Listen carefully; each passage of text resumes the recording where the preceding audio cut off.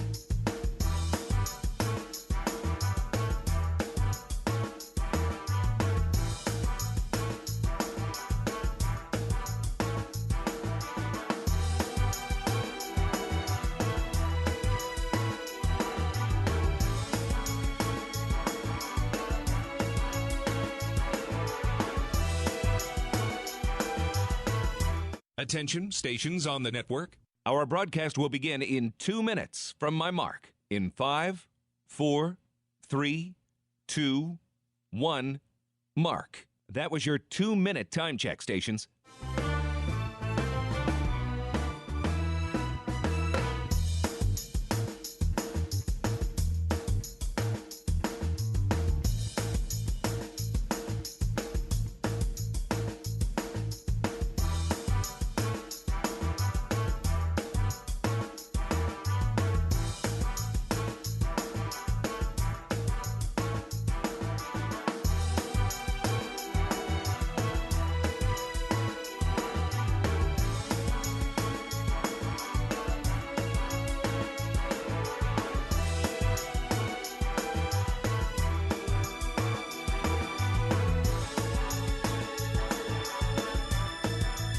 Attention, stations on the network.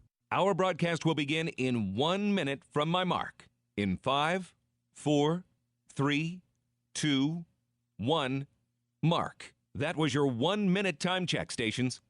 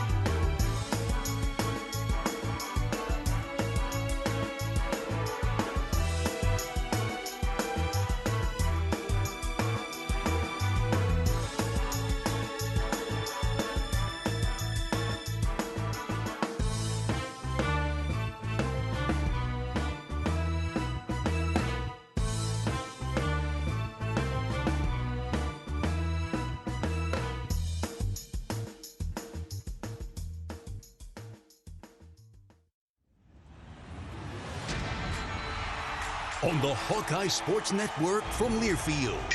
This is Hawkeye Baseball.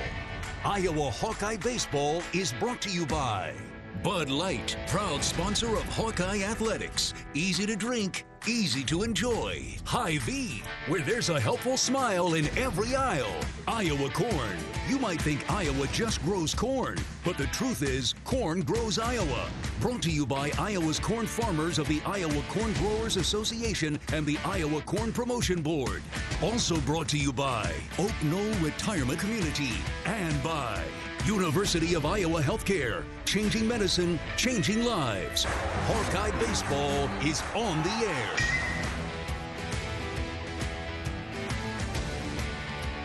From the 2026 Big Ten Tournament in downtown Omaha, it's time for Iowa Hawkeye Baseball. Live from Charles Schwab Field, we're getting set for an elimination game between the Iowa Hawkeyes and the Purdue Boilermakers. Good afternoon and welcome to the broadcast booth at the Chuck. I'm the voice of Iowa Baseball, John Leo. One team's season will continue with a win today while the others will end in this afternoon's elimination game. Iowa and Purdue meeting for the fourth time in 1 week, as Iowa is fresh off of a sweep of the Boilers in Des Moines to wrap up the regular season. Both of these teams were upset by 12th seeded Michigan State in the Big Ten tournament. Purdue the 5 seed, Iowa the 8 seed. The Boilers lost to Michigan State on the opening day of the tournament, the opening game of the tournament. Iowa in the winners final yesterday against Michigan State had a lead late but could not hold on and gave the game away to the Spartans. And so both of these teams, Iowa and Purdue, with bitter tastes in their mouths after losing to Michigan State already this week. On the flip side of things, both of these squads beat Illinois, and Illinois went 0-2 at the Big Ten tournament and are back home in Champaign with their season coming to an end. The winner of today's game, Iowa and Purdue, will move on to tomorrow's quarterfinals against top-seeded UCLA. And the Boilers, they've got a lot to play for. Fighting for their NCAA regional lives, they need to do some more damage here in Omaha. Purdue with an RPI of 56. They've got some work to do for an at-large spot. Would need to beat Iowa, and then pretty safe to say would need to beat UCLA tomorrow as well to feel a little bit better about their standing in the NCAA regional talks. Austin Klug will start on the mound for Purdue. He only lasted an inning and 2/3 against Iowa on Saturday in the regular season finale. Iowa beat him around pretty good. The Hawkeyes will start Cole Moore, freshman right-hander, on the mound today. An elimination Thursday in Omaha. It's the Boilermakers and the Hawkeyes, Purdue and Iowa. Live from Charles Schwab Field in Omaha with first pitch coming up in just about 30 minutes. We're going to recap the week so far for Iowa, starting with the 8-9 matchup on Tuesday afternoon. A good start to the week for Iowa, a 10-6 win over the Illinois Fighting Illini. Swales bouncing around at first. The pitch. Burt hits in the air to right center. The outfielders are on the run. The ball is going to drop and hit off the wall. Wolf scores. Swales getting the wave around third. Here he comes. He scores. Max Burt with a 2 RBI double to right center. And here it comes. Ground ball left side. Schulte with a backhand stop. Long throw from the hole is up the line into right field. Putty is going to take off for second. Wolf throws it to second, and he is out. Gable Mitchell baited him at second. And he brings it home. Brett hits in the air, base hit to center. It drops in front of Jennings. Wolf is going to try for third. Here comes the throw. He is safe at third, and Brett White winds up at second on the throw. 1-1. Narrett hits in the air, deep to right field. Get going, baby. It is gone. Joey Narrett, 3-run shot to right. Iowa fans will erupt if Bleeker can get Johannes right here. The 0-2. Swing and a miss. He struck him out.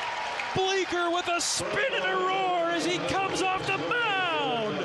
He strikes out the side. Let's go to the bottom of the 8th. Iowa 10, Illinois 6.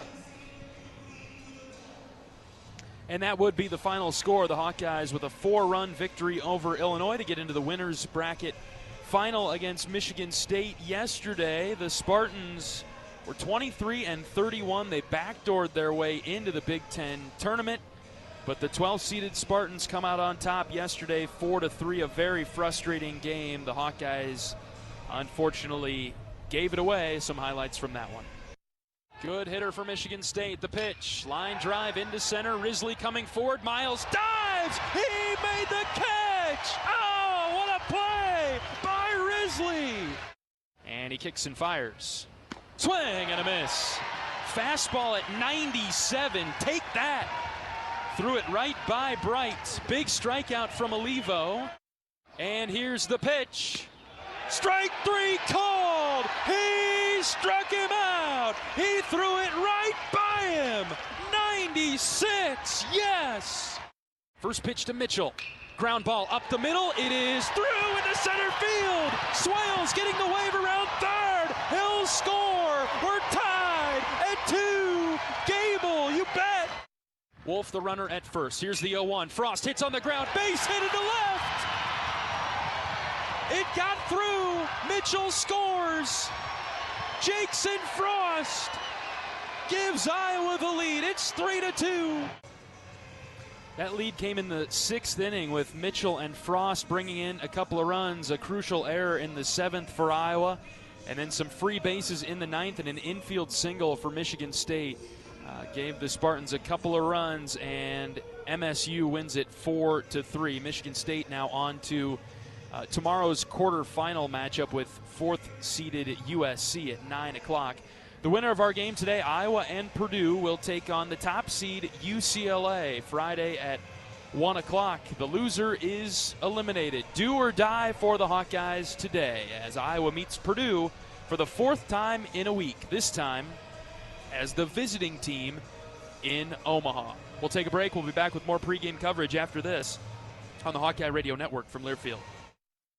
At MidAmerican Energy, our 1.6 million customers depend on our energy 24/7. That's why we work 24/7 to deliver the safe, reliable energy you need. To keep our 99.9% reliability record, we're enhancing our technology, improving resiliency, and investing in critical infrastructure. We're generating power from all available resources to cover any increases in demand. And we're innovating to ensure you always have the energy you need. MidAmerican Energy, obsessively, relentlessly at your service.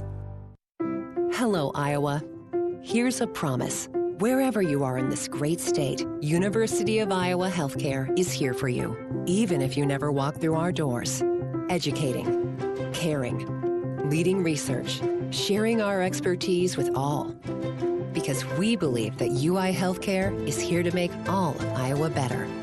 UI Healthcare, changing medicine, changing lives. Visit uihealthcare.org. If you love great Hawkeye stories, don't miss the Fight for Iowa podcast with Gary Dolphin. Each week, Dolph brings you in-depth conversations with the athletes, coaches, and community members who define the Hawkeye spirit. From big moments to personal journeys, it's the stories that make Iowa special. Catch new episodes every week. Search Fight for Iowa wherever you get your podcasts. You asked for all the extreme internet performance at an all-in price, and we listened. Get 1 gig internet with a 2-year price lock and everything included. Unlimited data for non-stop streaming, powerful Wi-Fi for enhanced coverage, built-in online threat protection, and internet equipment. All for just $65 a month for 2 years. It's the extreme 1 gig internet deal you asked for. Call 844-4FASTER or visit extreme.com for details. Offer available to new customers only. Price doesn't include one-time charges, tax, and government fees.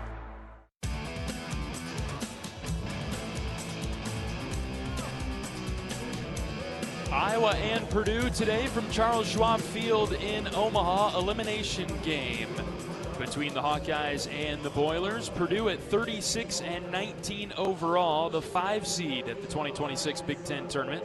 Purdue finished the Big Ten regular season at 18-12. Iowa 33-22 on the season. 15-15 was the finish for the Black and Gold in the Big Ten. Entered the league tournament as the 8 seed. Some stats in this matchup. Iowa all-time against Purdue, 110-72 with one tie. These teams have met 4 times in the Big Ten tournament. Iowa is 3-1 against Purdue in the Big Ten tournament. Only one win over the Boilers in Omaha in the one lone game that they played. It was in 2022, a 5-4 victory for Iowa over the Boilers that year. Coach Heller, in his 13th season as the head coach of the Hawkeyes, is 19-6 against Purdue. And fresh off of a clean sweep of the Boilers in Des Moines at Principal Park to wrap up the regular season, 10-7, 14-5, 15-9.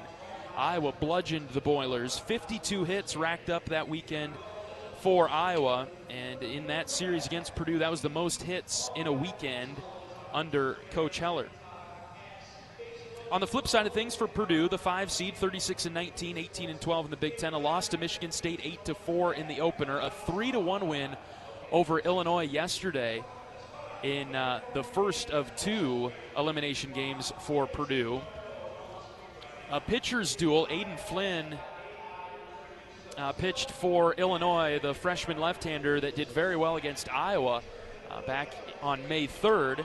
Zach Erdman pitched for the Boilermakers. They could not get to Flynn until very late. Purdue was the home team yesterday, trailing 1-0 until the bottom of the 8th, when Flynn, the pitcher for Illinois, hit a couple guys, and Purdue loaded the bases and then able to get a seeing eye single through into center to take the lead. Purdue would win it 3-1, scoring 3 runs in the bottom of the 8th and then holding Illinois in the top of the 9th. Head coach of the Boilers is Greg Goff. In his 7th season, he is 3-10 all-time against Iowa. Purdue can swing it pretty well. As we walked away from the series in Des Moines, we thought, okay, that's a pretty dangerous team. Iowa was able to hold them in check for the most part. Not sure if Purdue played their best baseball against Iowa in Des Moines. The Hawks were red hot in that series. We're expecting a pretty inspired effort from Purdue today, who comes in with an RPI of 56. That loss to Michigan State really hurt them on the heels of being swept by Iowa in Des Moines. Purdue likely out of the NCAA regional talk now, with the exception of a possible extended run here in Omaha. That's what the Boilers will need. But if Iowa beats them, Purdue's season will come to a close. Iowa's will do the same if Purdue is victorious today. Purdue bats .303 as a team in the Big Ten. That is 3rd. Slug it pretty well at .491, which is 6th. On base percentage, just north of .400. They steal a few bags, and they get Eli Anderson back in the leadoff spot today. He had the clutch hit for Purdue yesterday. He leads the Big Ten with 22 stolen bases. 3rd in the Big Ten in doubles and triples. Not a ton of home runs. They're 9th, and they average just about 8 runs a game. Pretty good pitching staff as well, but different than what we're typically accustomed to seeing. They don't give too many free bases, although the starter today, Austin Klug, he's the one pitcher from the starting side of things for Purdue that could give a little bit. He's walked a handful of batters this year. He only lasted an inning and 2/3, gave up 6 hits and 6 earned runs against Iowa on Saturday in the regular season finale. The Hawkeyes will start Cole Moore, freshman right-hander, making start number 7. 19 appearances overall. A 3-0 record for Cole this year with a 5.09 ERA. 23 innings pitched, 20 hits, 13 earned runs, 23 strikeouts, and 16 walks. 233 batting average against. Just need a couple innings, a handful of innings from Cole today. Hopefully he can start hot and stay hot for Iowa on the mound against this very game Purdue offense that's waiting to crack through here, with 4 runs against Michigan State in the opener and 3 yesterday against Illinois, and that was enough to beat the Illini. Cloudy skies today in Omaha. That's been the theme of the week. The wind today, however, is blowing in from center. And so maybe small ball will be the route to victory for these offenses today. We'll take a break. When we come back, we'll hear from head coach of the Hawkeyes, Rick Heller, as he gives his thoughts ahead of this elimination game between Iowa and Purdue. Back in a couple of minutes on the Hawkeye Radio Network from Learfield. Our mission at Oak Knoll is to provide exceptional retirement living and health services through life care. I'm Steve Rowe, CEO. We are a not-for-profit life plan community and have served the Iowa City area for 58 years. Oaknall is located near the University of Iowa hospitals and clinics, Kinnick Stadium, Carver Hawkeye Arena, Hancher Auditorium, and downtown Iowa City. Visit our website at oaknall.com to learn more. We are a proud sponsor of Hawkeye Athletics. Go Hawks! Hawkeye Nation, here's something big. U.S. Cellular is now part of T-Mobile. That means Iowa fans are now on America's largest 5G network, bringing even more strength and coverage to every game day and every day. As the official wireless partner of the Iowa Hawkeyes, we're proud to power every call, every post, every celebration. U.S. Cellular and T-Mobile, better together. The silly moments, the proud moments, even the hard moments. They're what make life remarkable. And they're why Wellmark Blue Cross and Blue Shield is here for every moment. Committed to making healthcare better, more affordable, with more choices for care. And service and coverage that give you peace of mind no matter what comes your way. So you can show up for every tender moment, every brave moment, and every wouldn't miss it for the world moment, knowing that Blue is here for you. Go to Wellmark.com/every moment to find a plan right for you. Honda has the right car for right now. Save thousands with 2.99% APR financing on 2026 CRVs. Then save even more. Honda is the most fuel-efficient full-line automaker in America. Get a new Honda, the right car for right now, with as low as 2.99%. Search your local Honda dealer today. See dealer for financing details. Financing on credit approval. Offer N7626 based on EPA estimate of model year 24. Large full-line automaker fleet-wide fuel economy. EPA Automotive Trends Report 2025.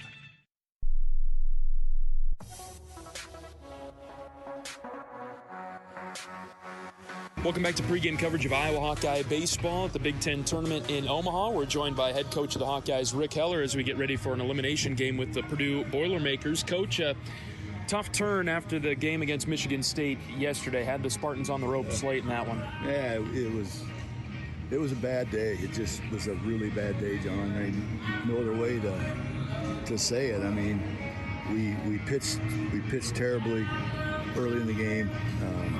Kyle Levo, pitched great at times, but ended up, giving them some freebies that ended up, winning the game. And every run they scored was a gimme, a freebie, or, we had the unfortunate error on strike three that got us out of the inning.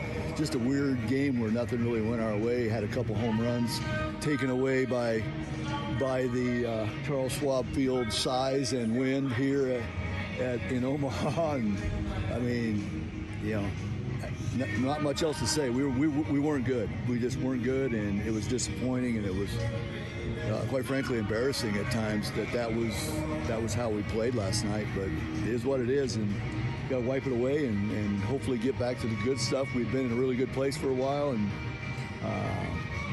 didn't see that one coming yesterday at all, and then here we are, elimination game with Purdue, and I got to try to go out and get them a fourth time in a row here.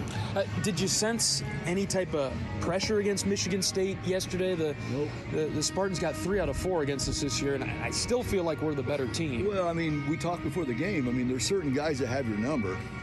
That's just the way the game is. I mean, and Monk, unfortunately, has owned us, and he pitched great yesterday. I mean, we had our opportunities, but our lack of strike zone discipline hurt us. We lost 2 or 3-2 counts to chase. We don't chase. That changes the game quite a lot in the early innings. Had really bad, undisciplined at-bats at the wrong time in the first 3 innings, and let him hang around. And but at this ballpark, and we had talked about it, I think, before the game. We talked with the team. You got to be able to execute. You got to be able to bunt. You got to be able to play the short game. You got to be able to do a lot of things well, because you're not going to just knock the ball out of the ballpark here. You're just not, unless, like day one where the wind's blowing out, which is rare here. Like today, it's blowing straight in from left field, 20 miles an hour. It's 58 degrees real field. It's going to be tough. You're going to have to manufacture and put innings together. And when you're chasing and when you're not confident, and some of your better guys are going bad, it's a challenge. And even with that, we should have won that game. I mean, you say should have, but I mean, we had it and we gave it to them. Talking about having somebody's number, Coach, you've got a pretty good record against Purdue in your career as Iowa's head coach, just coming off that 3-game sweep of the Boilers in Des Moines, so we're very familiar with Purdue as we get ready for this one.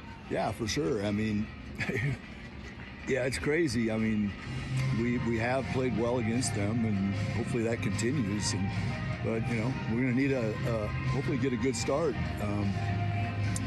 With Cole Moore, going to throw a freshman out there and see if Cole can give us a good start, and then hopefully be able to use Frost, Guerin, Archer, Rundy, whoever we need to get us through it. But hoping Cole goes out and pounds the zone, and if he does, he'll be fine. Yeah, he seems like one of the freshmen that has that competitive fire that would want to take the ball in a game like this, in an elimination game, and hopefully he can execute the strike zone. And yeah, that's what we're hoping. I mean, it was not an easy decision on what to do, but we felt like Cole had the best headspace right now and has been pitching well, and he's confident, and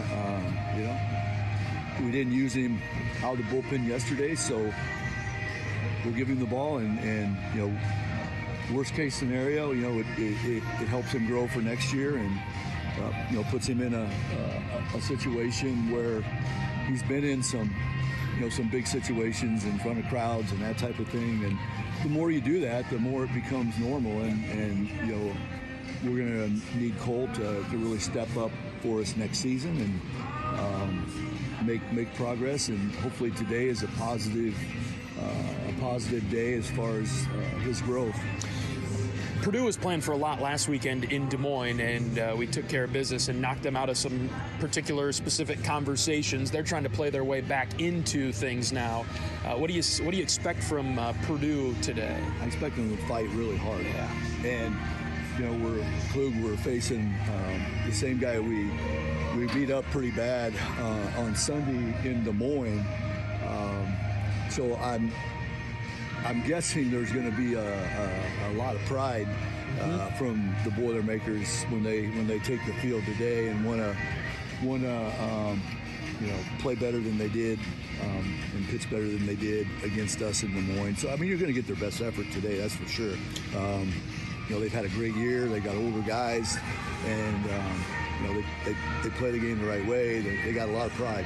You talked about the weather conditions, Coach. Purdue is a team that can swing it pretty well, especially 1 through 6 or 7 in their lineup. They've got a big speed threat coming back, too, that we didn't see very much in Des Moines, and he had the big hit for them yesterday to knock out Illinois. Offensively, what do you see from Purdue?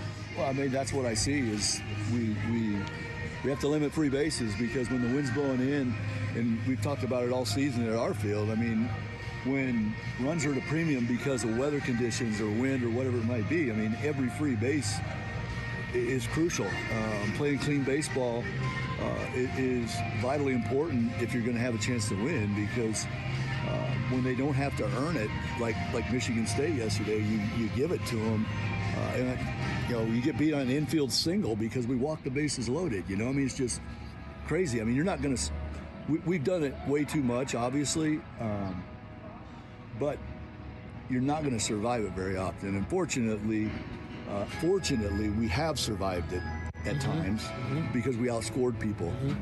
I don't think you can count on that today. I mean, you got to go into it with the whatever we have to do mindset, which of course we're going to try to score as many runs as we can. But just logically looking at it, you have to expect to win a close game today, and we're going to have to play a lot cleaner than we did last night, more like we did in game 1, where we only had 2 free bases. I don't know if that's even possible with the guys we're going to throw, but you hope to minimize the freebies as much as you can. Before we let you go, Coach, I was around the guys earlier today. Spirits are pretty high, and I think that, I'm not going to say that I'm surprised by that, but man, that was a really tough loss yesterday. But it seems like the guys have come off the mat. Good job by your staff to pick them up. Yeah, I mean, that's what you have to do. I mean, what else you got? You're down to win or go home, And so, do you want to keep playing or do you not want to keep playing? I mean, you should be able to file all the personal agenda BS and just go play for the team your teammates and to be able to keep playing as long as we possibly can. You know, whether we're in that headspace or not when the game starts, who knows? But you know, like you said, I mean, we've bounced back all year. I mean, we've gone through a lot of stuff, and you know, we've had bad days like that before, unfortunately, and you know, with the inexperience and in the pitching staff, I mean, unfortunately, it's been a part of this season, a big part of this season, and us being able to file it, put it away, and move on to the next day has been the key to us having a good season, and I expect our guys to do that today. You talked about Purdue having a lot of pride on the line for them. I expect the same from your team today, Coach. Good luck against the Boilers. Sean, I do too. Thanks. Head coach of the Hawkeyes, Rick Heller, on our pregame show from Charles Schwab Field in Omaha. We're getting set for afternoon baseball. Just 2 games on the schedule today at the ballpark in Omaha. Elimination games only. Iowa and Purdue coming up first. The Boilers lost to Michigan State to start their tournament 8-4. Iowa got beat by Michigan State yesterday, and so these teams meeting for the 4th time in about a week. Iowa and Purdue coming up, an elimination game in Omaha. We'll get you starting lineups and first pitch when we return on the Hawkeye Radio Network from Learfield. Despite the unshakable Iowa-Corn Cy-Hawk rivalry, there is one thing Iowa State and University of Iowa fans can both agree on: getting hyped for Unleaded 88. It's cleaner burning and better for your engine, and it's cheaper than other fuel options, making Unleaded 88 the clear fuel choice. If Iowa Corn Cy-Hawk rivals can agree on it, you know it's worth the hype. So pump it up with Unleaded 88, grown by Iowa corn farmers. Here come the Hawkeyes. And a Stockie racing to the basket, layup good. Iowa Athletics is gearing up for another amazing season filled with exciting matchups and electrifying plays. Working hard into the corner. Koch hits a 3. Get your game face ready and come on out to cheer the Hawkeyes on all season long. Visit HawkeyeSports.com to find tickets, schedules, game times, and more on Iowa. Go Hawks. Touchdown!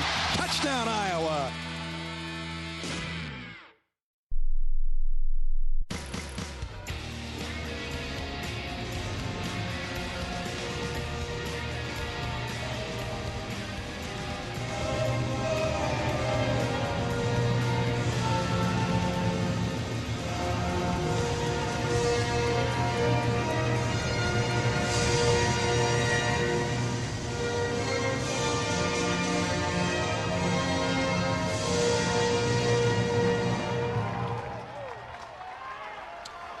Starting lineups have been officially announced down on the field. National anthem is complete in Omaha. We're getting ready for an elimination game between Iowa and Purdue to start the day. Just a 2-game slate at Charles Schwab Field in Omaha. Later on today, Ohio State and Michigan will be playing. It's interesting. Iowa and Purdue in an elimination game today. They met at the end of the regular season. Iowa swept Purdue. Ohio State and Michigan meeting in the other elimination game today.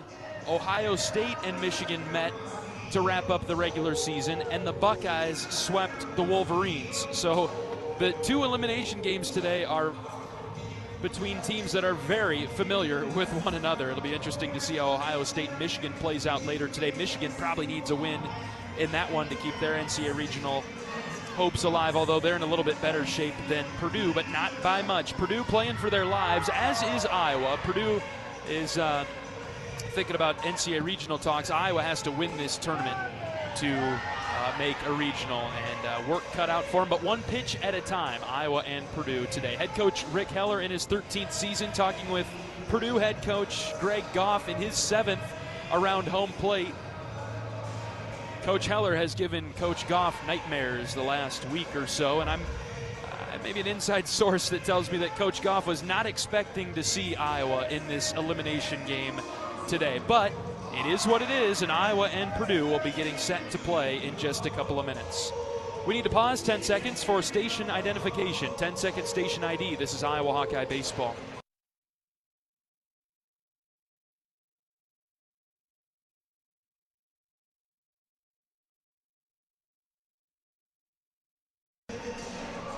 We'll get you starting lineups and first pitch after we take our final pregame break. Purdue is the home team. They're about to take the field. We'll be back in 60 seconds on the Hawkeye Radio Network from Learfield. You power your day with passion and purpose. It's the same for Alliant Energy. We're modernizing the grid, blending new, renewable, and traditional energy sources to meet growing demand safely and reliably. We're rising to the challenge to meet your energy needs today and for generations to come. Visit AlliantEnergy.com/poweringBeyond to learn more.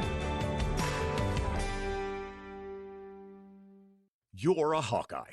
You named your dog Kinnick and your cat Herky. Your morning alarm is back in black. Yep, you're a Hawkeye. And now it pays to be a Hawkeye with a Hawkeye account from Community Choice Credit Union. Low fees and great perks, plus Iowa exclusives like your choice of a Hawkeye-powered Visa debit card, Iowa merchandise, and exclusive giveaways. You've spent more time at Finkbine than you have at your office, so we know you're a Hawkeye. Now make it pay with a Hawkeye account from Community Choice. Learn more at HawkeyeAccount.com.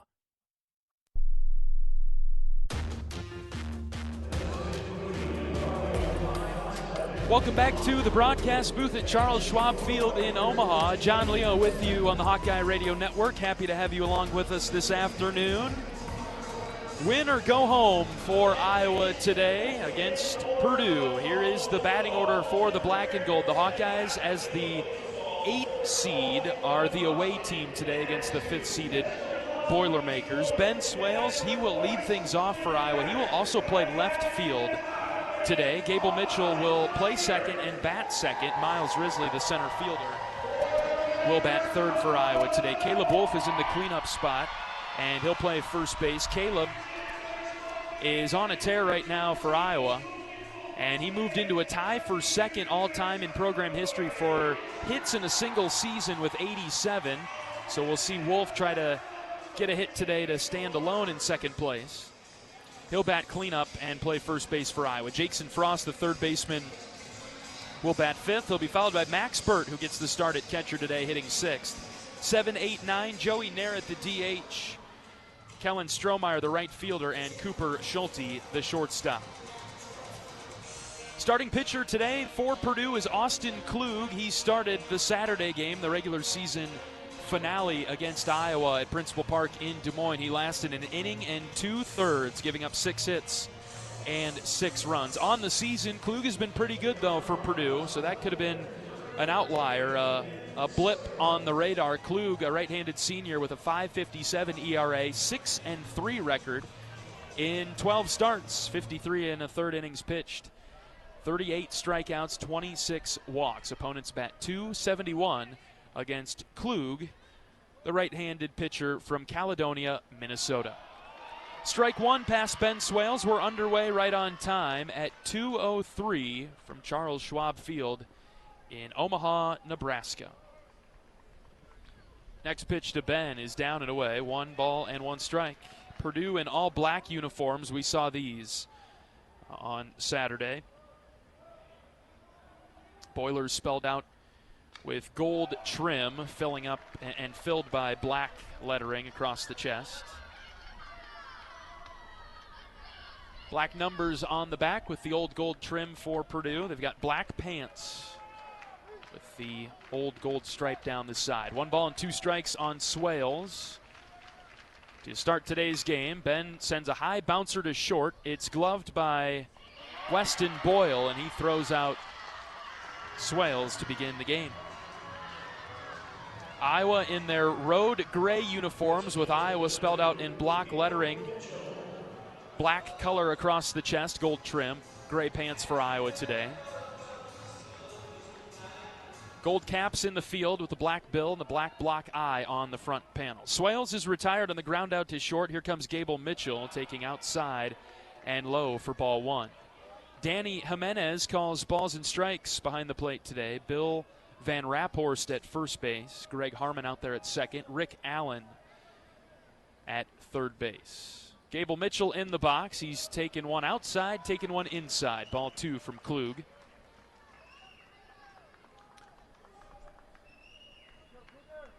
Klug was at Nyack for a couple of years in Mason City. as he delivers the 2-0 to Gable. That's a low outside strike call, 2-1. Fastball straddles 90 miles an hour. 4-pitch mix with a curveball, slider, and changeup. Got banged around in conference through 6 starts. Gable lifts one in the air down the left field line. That will angle foul and out of play. It's 2-2. In 9 appearances in Big Ten play, Klug has an ERA of 7.46. 25 1/3 innings pitched, a whip around 2. So conference hitters have gotten on against him. 32 hits and 18 walks. Does have 17 strikeouts, though. And the count is even, 2-2 against Mitchell. The pitch. Gable lines into left center field. Outfielders are on the run. Left fielder Anderson able to track it down in the gap.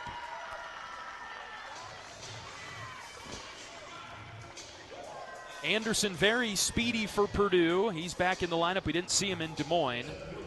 He plays left field. Brandon Rogers is in center. Right fielder is Avery Moore. Infield left to right for Purdue. Sam Flores at third. Up the middle, Weston Boyle and Dylan Drake. First baseman is Aaron Manius. The catcher today is Jackson Bissett. 2 outs for Miles Risley. First pitch breaking ball is in there for a strike. Cloudy skies again today in Omaha. 3rd day in a row that we've had these weather conditions. Temps upper 50s, low 60s. Wind is blowing in today, though. The 0-1 to Risley, bounced in the left-handed batter's box away from him. 1-1.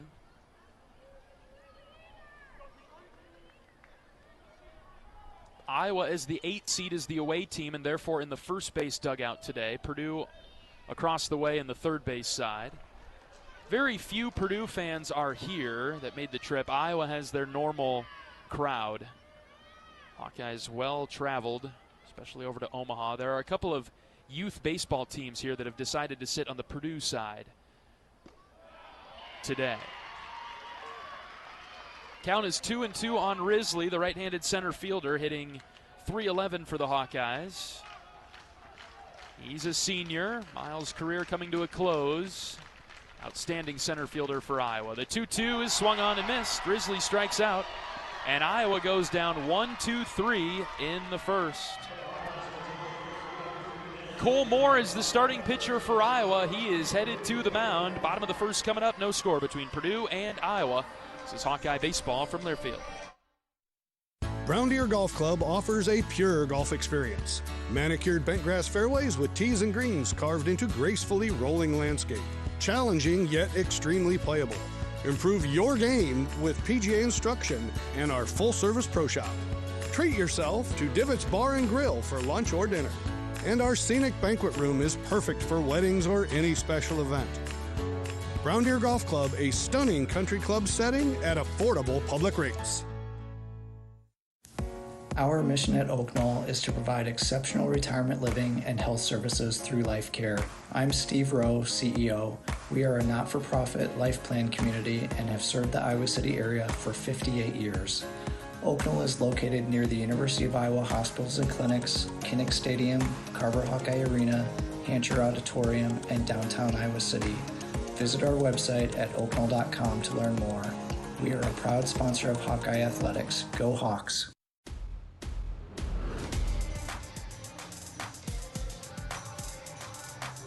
Here is the batting order for the 5th-seeded Purdue Boilermakers at 36-19.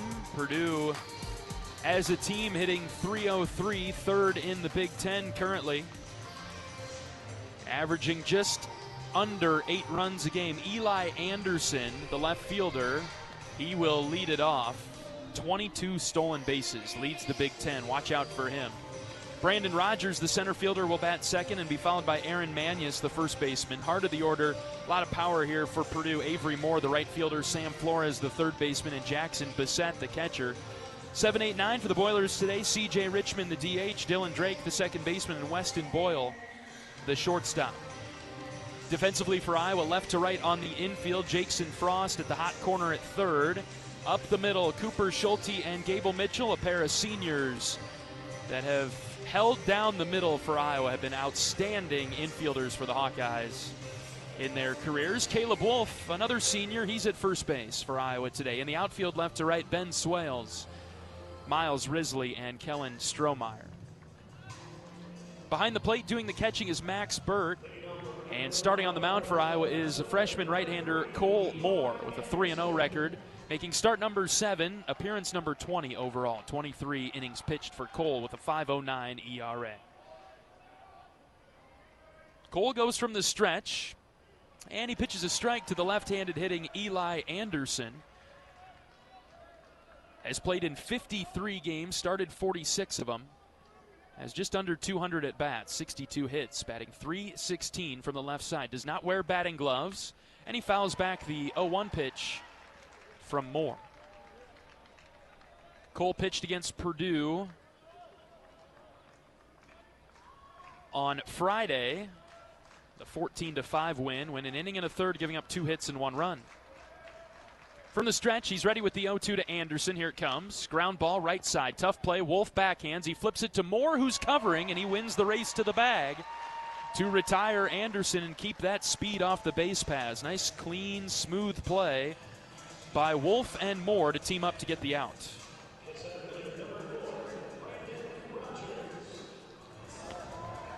And now 1 out for Brandon Rogers. Rogers was the leadoff man for Purdue all weekend in Des Moines.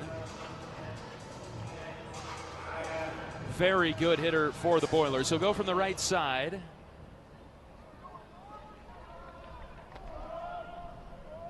Right versus right matchup. First pitch from Cole is inside, and it hit him. Grazed him on the forearm, and Rogers hit by the pitch. He'll take first base. Rogers also tried to steal a couple times in the series against Iowa. He was caught stealing twice. Are we sure he was hit by this pitch? Boy, I don't know.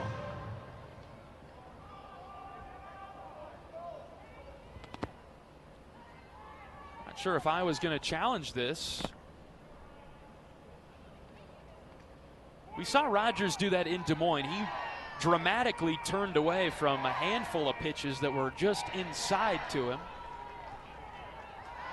He's still nursing it a little bit at first base, so all right. Apparently Rogers hit by the pitch. He's at first base now for Purdue. Aaron Manius is up. Moore deals just off the plate outside. The left-handed hitting Manius. He plays first base for Purdue, hitting .338, 14 doubles and 9 home runs. Purdue as a team, third in the league in doubles and triples, 9th in home runs, but Manius, one of those home run hitters for Purdue. Short lead at first base from Rogers. Moore comes set. The 1-0 is outside for ball 2. Iowa had 2 free bases on Tuesday against Illinois. No walks from either Maddox Freeze nor Jaron Bleeker. There was an infield miscue and a hit by pitch. That was it.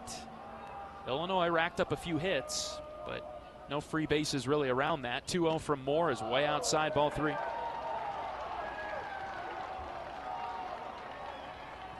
Free bases were a significant issue yesterday against Michigan State.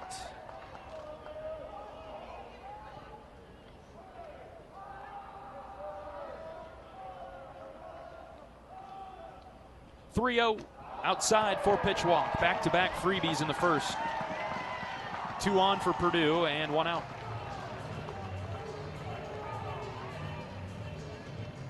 Yesterday, Iowa walked 6 Michigan State batters.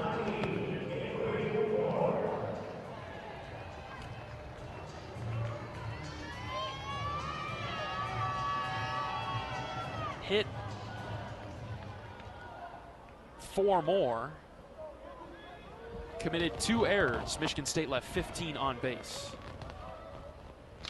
Avery Moore, the batter, he skies one into right. Ball carrying a bit as Strohmeyer backpedals, makes the catch in front of the track. Rogers will tag from second to third on the fly out to right. Runners at the corners for Purdue, and 2 down for Sam Flores. I think it's safe to say and fair to say, for as poorly as Iowa played yesterday, come away with a chance to win it was a near miracle, only to lose 4-3. Heard from Coach Heller earlier today and post-game yesterday. Boy, Iowa really could have got blown out in that game against Michigan State yesterday. Not that it makes any difference. A loss is a loss. It just goes to show the margins are quite thin. 2 free bases in this inning has put runners on base for Purdue. First and third. Here's Flores, another left-handed hitter, batting from the left side. Third baseman, good hitter for Purdue, hitting .323. A senior-laden team. Has started all 55 games for Purdue. 17 doubles and 11 home runs. Leads the team in both of those categories. 1-0 pitch from Moore is on its way. And Flores skies into center. Risley coming forward. And he's now struggling with it as he comes over and makes the catch in front of Strohmeyer. That was a bit dicey. Risley kept drifting and drifting and drifting over towards right. And as the ball was on its way down, he looked to Strohmeyer and made everybody panic. But Miles is cool with it, and he makes the play with a basket underhand catch about hip level. So a couple runners get on for Purdue, but Iowa strands them at second and third.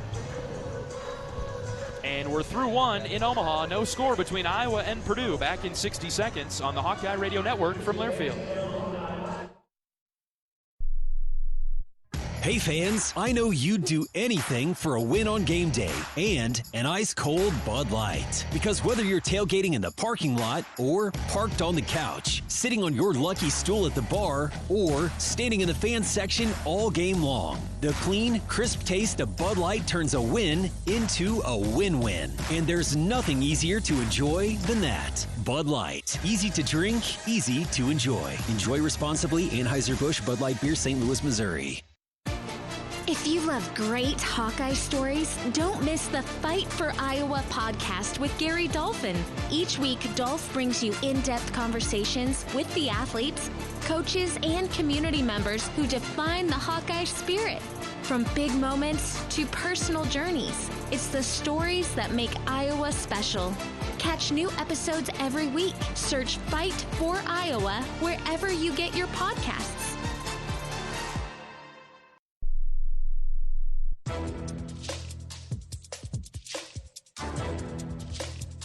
This copyrighted broadcast is an exclusive presentation of Learfield under the broadcasting rights granted by the University of Iowa. Reuse of this presentation is prohibited without the expressed written consent of the university and Learfield. Announcers are provided by Learfield and approved by the university. Caleb Wolf leading off the second inning for Iowa. Hawkeyes went down quietly in the first. No runs, no hits, and no errors. We're in a scoreless game. Second inning, elimination game. Iowa and Purdue. The 1-0 pitch to Caleb is way outside from Klug, 2-0. Wolf is the Big Ten's leading hitter at .383. And he has 87 hits to also lead that category. The 2-0. Caught the low outside edge, 2-1. Klug ripped that one by at 91. Caleb in a tie for second all-time in program history for hits in a single season with the 87. And a base hit today, and he will stand alone in second. He's just 4 away from the program lead. I'd take 4 today, but I'd take 1 or 2 tomorrow as well. Iowa needs to win this one to keep the season alive. He's tied with Joel Booker and Justin Toole. Booker of the 2016 team, Justin Toole before Coach Heller in 2008. 3 balls and 2 strikes on Wolf, left-handed hitter. Crowding the plate now, the pitch is lined into left field for a base hit. A slicer away from Boyle, and it got through into left, and there we go. Caleb Wolf all alone in second place with 88 hits. Second most in a single season by a Hawkeye. Congratulations to Caleb. hopefully a few more this season for Wolf, the senior first baseman. We're losing a big core of this team whenever the season does end. Jackson Frost, not one of those that will be losing to graduation, as he's in the box, taking downstairs for ball one. What a fun story Jackson has been this year. Felt bad for him for most of the year, especially the first half to 2/3. And he is the epitome of the Coach Heller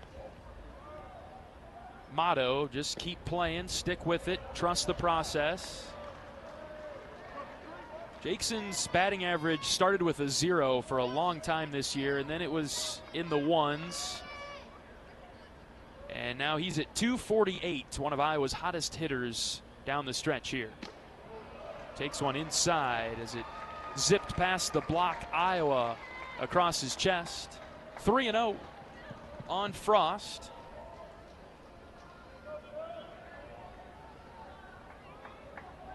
Wolf, the runner at first base. Nobody out. Klug from the stretch. He kicks and fires. That's a strike right down the middle. Jackson watched it go by.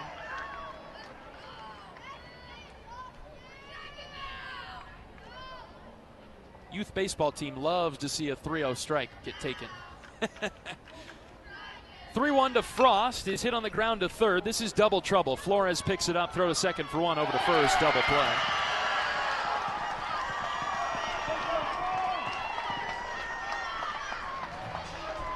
And now the bases will be clear for Max Burt.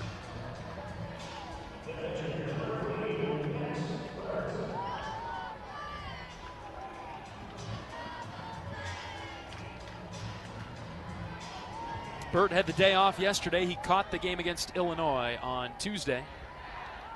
Klug pitches to him. Max with a half swing sends it foul beyond the camera well, past the Iowa dugout. Max hitting .309 for the Hawks.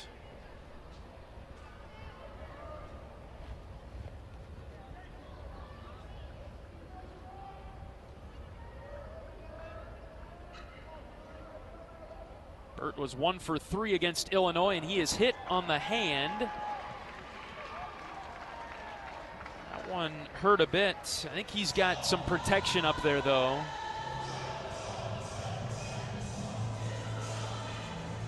And Burt will stroll to first base.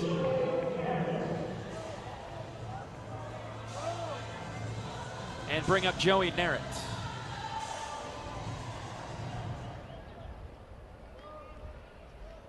Narrett stands in from the left side.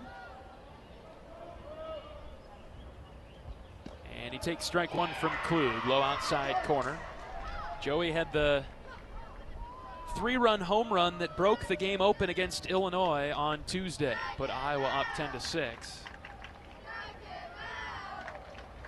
Burt, the runner at first with 2 outs. Klug's pitch is down for a ball. Bassett with a good block behind the plate.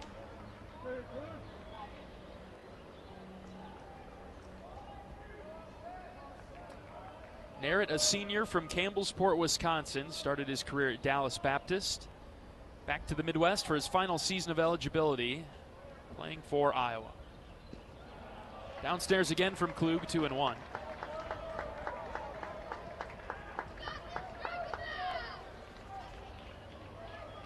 Joey batting .298 with 15 doubles and 6 home runs. He's got speed if he can find the corners with 4 triples. And the next pitch to him, off the plate, called a strike. That's probably a good take from Joey. Not much he'll be able to do with one way out there. Fastball that had a little bit of sink to it away from him. 2 balls and 2 strikes with 2 outs. Klug comes set. From the first base side of the rubber, kicks and fires. Narrett taps one foul. He hung with the breaking ball.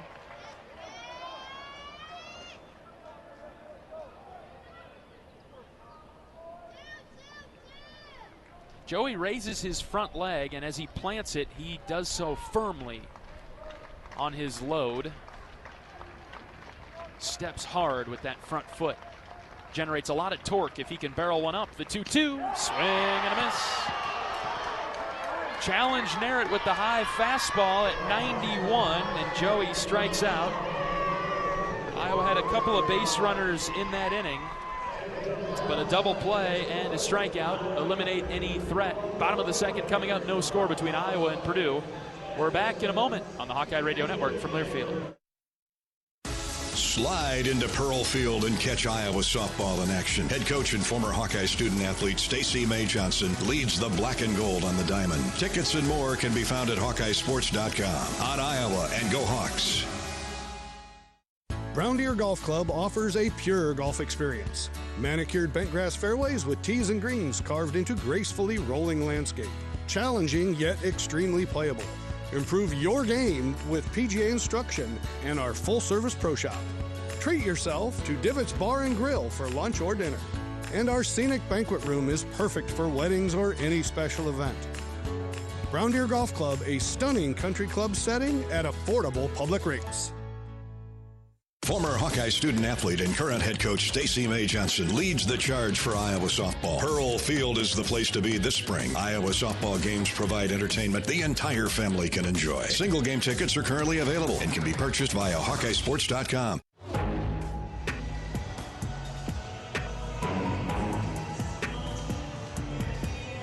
Hawkeye Baseball is brought to you by Riverside Casino and Golf Resort. Stop by today for a relaxing massage at the spa, fine dining at Ruthie's Steak and Seafood, and so much more. Visit Riverside Casino and Golf Resort today, located minutes south of Iowa City. Bottom of the second inning coming up, no score between Iowa and Purdue. 6, 7, 8 due up for the Boilers, Bissett, Richmond, and Drake. Cole Moore, an important piece of Iowa's future, right-handed freshman, is on the mound. He got out of a little bit of trouble in the first after hitting and walking a guy, got a ground out, and had a few flyouts by this Purdue offense, facing 5 batters in the first inning.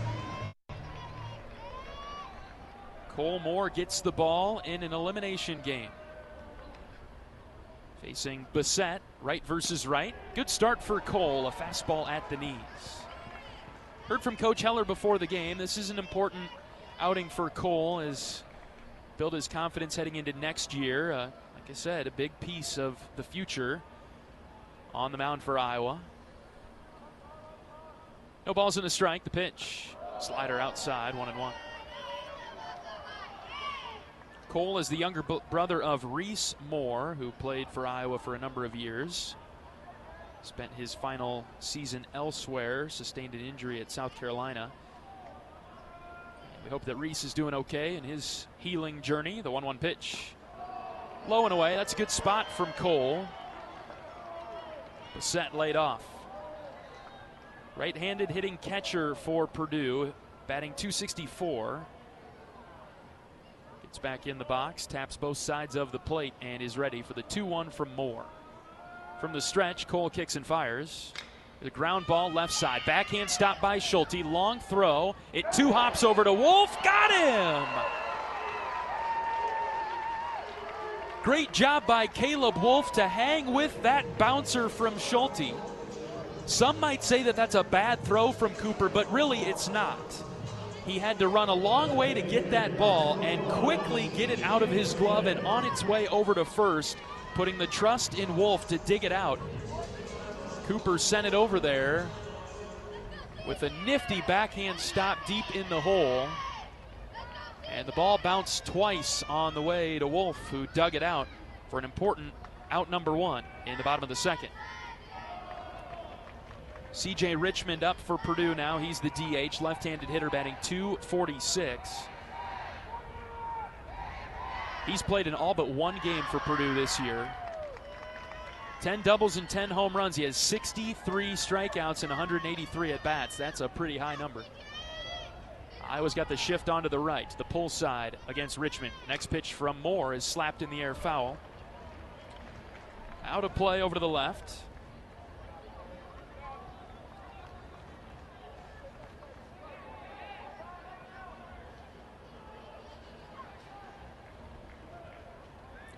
Bases are clear and 1 out. 1-1 pitch from Moore. Line sharply foul over to the left. Same area again in the Sweets. With a big wraparound press box here. Sweet seating down the left field line about halfway. Same to the right. It's a big league ballpark. We'll be home to the College World Series in a few weeks. 1-2 pitch. Tapped foul over to the right. On deck circle for Iowa. First base side.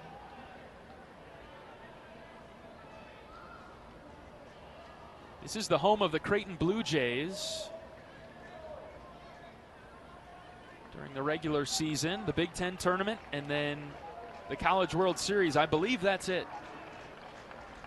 1 ball, 2 strikes with 1 out on Richmond. Moore set, the pitch. Tapped right back to Cole. He calmly gloves it, underhand flip to Wolf, 2 down. Nicely done by Moore to get Richmond. He kept going back to the off speed, and he finally got the DH to roll one back to him. Dylan Drake up. He's the 8-hitter for Purdue. Plays second base. Left-handed hitter, some pop and some speed here. Hitting .352. Right versus left. Cole brings it home. Fastball up and away.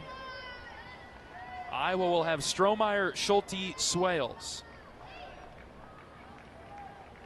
When we get to the top of the third, say that 3 times fast. 1 ball, no strikes with 2 outs. Base paths are empty for Purdue. Bottom of the second, no score. And the pitch is outside. One thing Iowa did not have yesterday, 1-2-3 inning against Michigan State. The Spartans had constant traffic. It'd be refreshing to see a 3 up, 3 down. Moore is trying to get it here. The 2-0. Swing and a miss. Drake went after 93 from Cole, and he missed.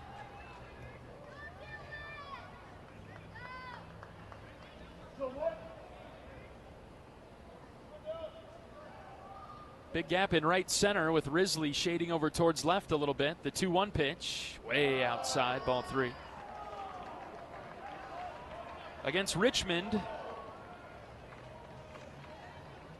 Moore, Iowa's freshman starter today, was going with the spin and the off speed. Against Drake, it's been a lot of fastballs, hasn't had the command in this at bat. It's 3-1. Cole's next pitch, lined back to the netting, 3-2. Cole receives a new ball from Max Burt, steps off the backside of the mound, and adjusts his long black sleeves underneath his gray top. Leans forward for the sign. Cole works from the stretch only. He's ready with the 3-2. Here it comes. Another foul ball straight back.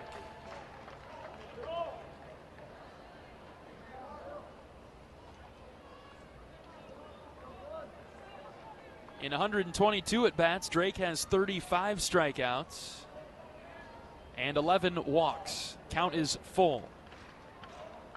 Cole comes set from the middle of the rubber. He's ready. The next pitch. Ground ball up the middle. Mitchell dives, but it's through into right field for a base hit. 2-out single for Dylan Drake. Gable was full sprint over towards second base. Launched himself to try to keep it on the infield, but it rolled through into right center. And now the 9-hitter Weston Boyle comes up. That's the first hit of the game for Purdue. Almost 1 time through the order now. It was a good battle back there from Cole, who had fallen behind Drake. He's 2 for 3 on stolen base attempts. First pitch, an excuse-me swing by Weston Boyle. He was fooled by an inside heater from Moore.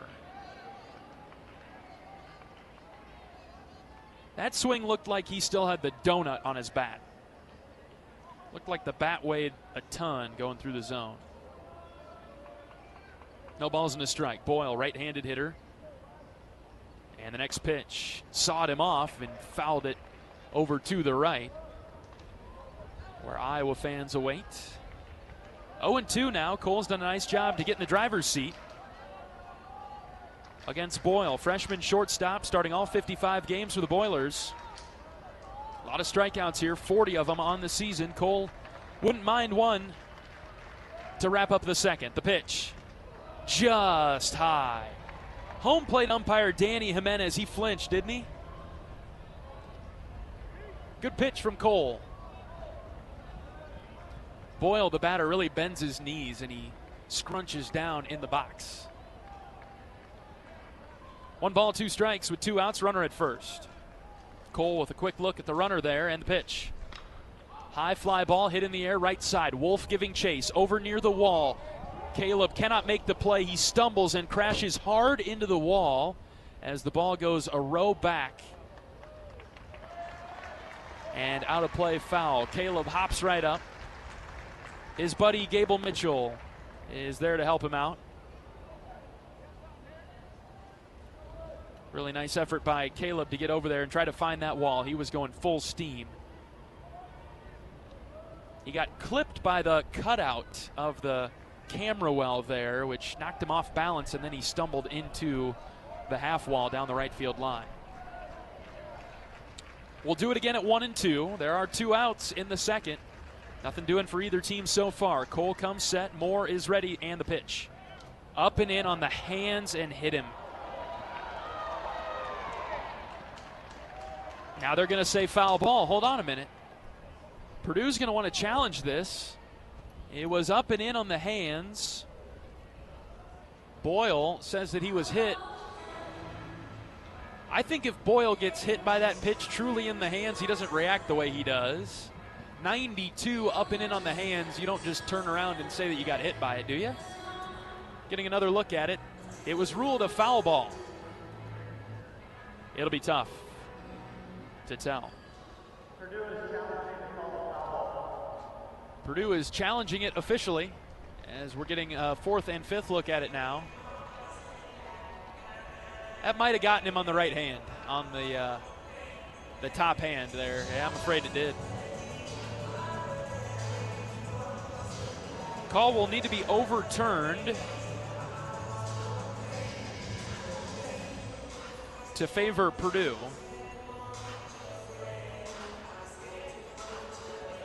Umpires have disappeared down the ramp that is near the third base dugout. Coach Heller has come out of the Iowa dugout, just wants an explanation from the umpires, who are staying such a distance away with loud music blaring at the ballpark. I'm not sure how Coach Heller is expected to be able to hear what the umpires are saying, and they're telling him to back away. How about you come over here and talk to our coach?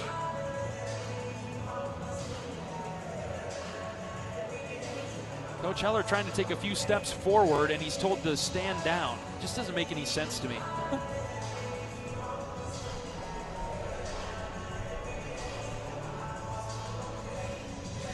Coach Heller back to the dugout now. Review taking place.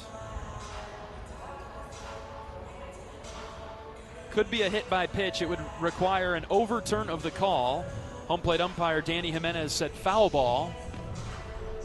They're zooming in on the program feed on the TV. I don't think it hit the knob of the bat. It might have hit the handle, though. It's either the handle or the top hand, which is the right hand of Boyle. We'll have to see that. He kept his grip on the bat after getting hit by the pitch. I think if you get hit by 92 in the hand, you let go of the bat.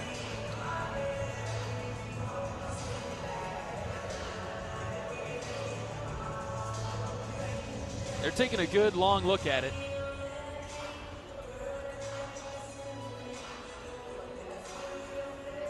At some point, you look at this so long, here's the decision now. Here's the call. Overturned. Boyle is hit by the pitch after the review. Call is overturned. And Purdue's got runners at first and second with the top of the order, Eli Anderson, coming up.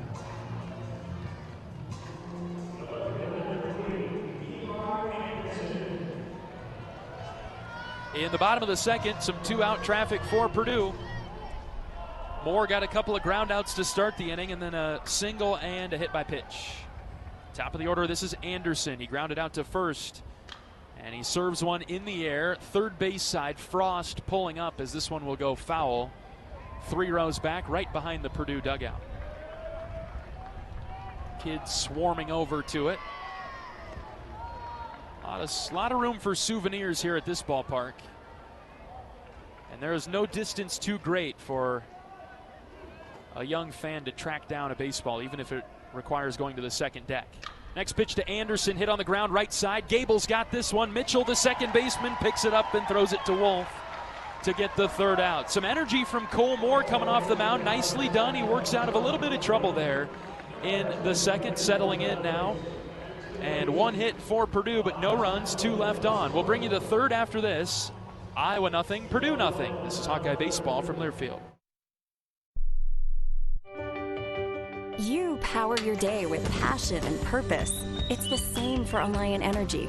We're modernizing the grid, blending new, renewable, and traditional energy sources to meet growing demand safely and reliably. We're rising to the challenge to meet your energy needs today and for generations to come. Visit AlliantEnergy.com/poweringbeyond to learn more. Cancer doesn't care. It doesn't care what you look like, how old you are, what you do, or where you live. We do. University of Iowa Healthcare is doing more to beat cancer than anyone in the state. From second opinions to life-saving treatments that happen here first. We lead the way in research, training, and care because we believe that UI Healthcare is here to make all of Iowa better. UI Healthcare, changing medicine, changing lives. Visit uihealthcare.org.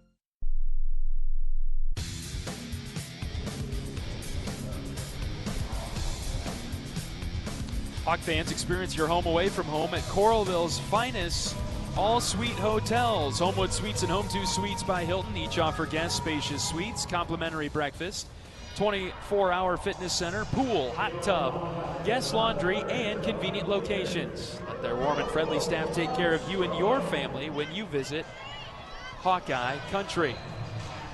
Iowa baseball on the air today from downtown Omaha, Charles Schwab Field at the 2026 Big Ten baseball tournament. Iowa and Purdue in a winner-go-home game.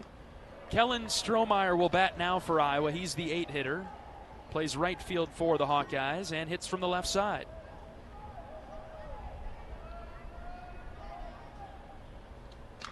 Swinging at the 1-0 pitch and drilling it foul over to the left is Strohmeyer. His first start of the week at the Big Ten tournament. Didn't start against Illinois because the Illini threw Reagan Hall, a left-hander. And the 1-1, Kellen smacked it foul again over to the left. And the Hawkeyes opted for Brett White yesterday in right field. So Kellen getting the start today. Junior outfielder, down in the count 1-2 against Klug. The pitch way outside, 2-2. Some sun finally breaking through the clouds. Our sports information director, Sam Bosler, was joking with Coach Heller earlier today if the sun is ever going to come out this week.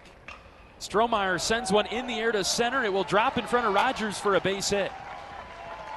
Strohmeyer on with a leadoff single. Back-to-back innings that the Hawkeyes have had one of those. And Speedy Stroh is on base.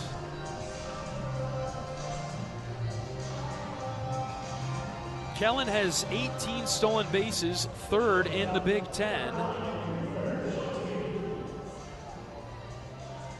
And this could be a day where small ball, short game comes into play, which over Coach Heller's career at Iowa has been very successful. Iowa's been up and down in the small ball execution this year. Cooper Schulte, the 9-hitter, is up with Strohmeyer at first base. Quick throw over to the bag. Kellen is back, and I have to do laundry on that uniform now as he dirties it with the dive. 2 hits in the game for Iowa, one from Caleb Wolf, one from Kellen Strohmeyer. Strohmeyer with a big lead, wide stance at first base. Schulte goes to bunt, he popped it foul over to the left. All right, 0-1. Got to get a bunt down.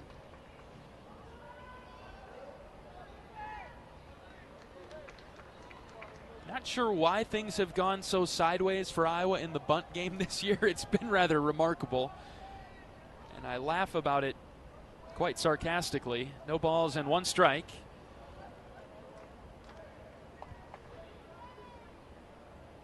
Puts Coach Heller, drives him up the wall here. Iowa's team's typically very good at bunting, stealing bases. Now the stolen base game for Iowa, very good. As a team, Iowa has 95 of them, second in the league. Schulte down in the count early. He shows the bunt before Klug even comes set, and the 0-1 delivery is low. Cooper shouldered the bat. Ball and a strike. Happy to have you along with us on the Hawkeye Radio Network today. Would love to know where you're listening from on the free Varsity Network app, the Iowa Hawkeyes YouTube, or a local network affiliate. Ball and a strike on Schulte. The pitch is bunted, third baseline foul. Man, oh man. 1-2 now on Cooper.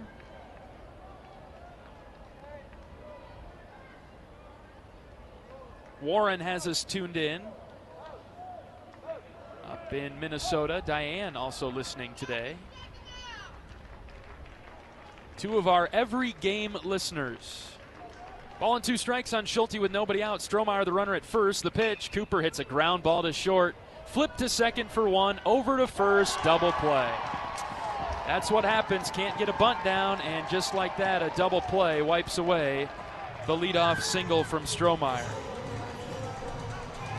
Second double play that Iowa has hit into today. Tough break there for the Hawks.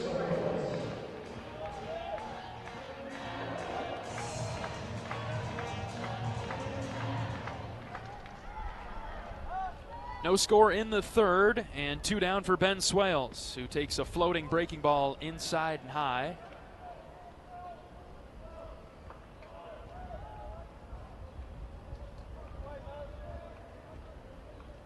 One-oh pitch, low.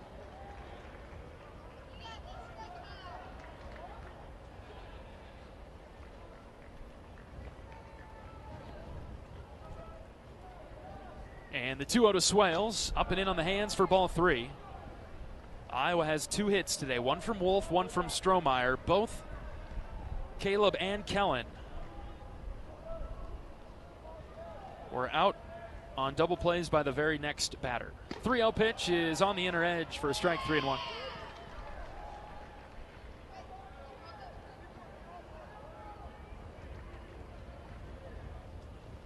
Klug goes from the windup. The 3-1 pitch to Swales is a called strike. Outer third. Ben had crossed the plate, headed towards first. He'll have to come back. And the count's now full.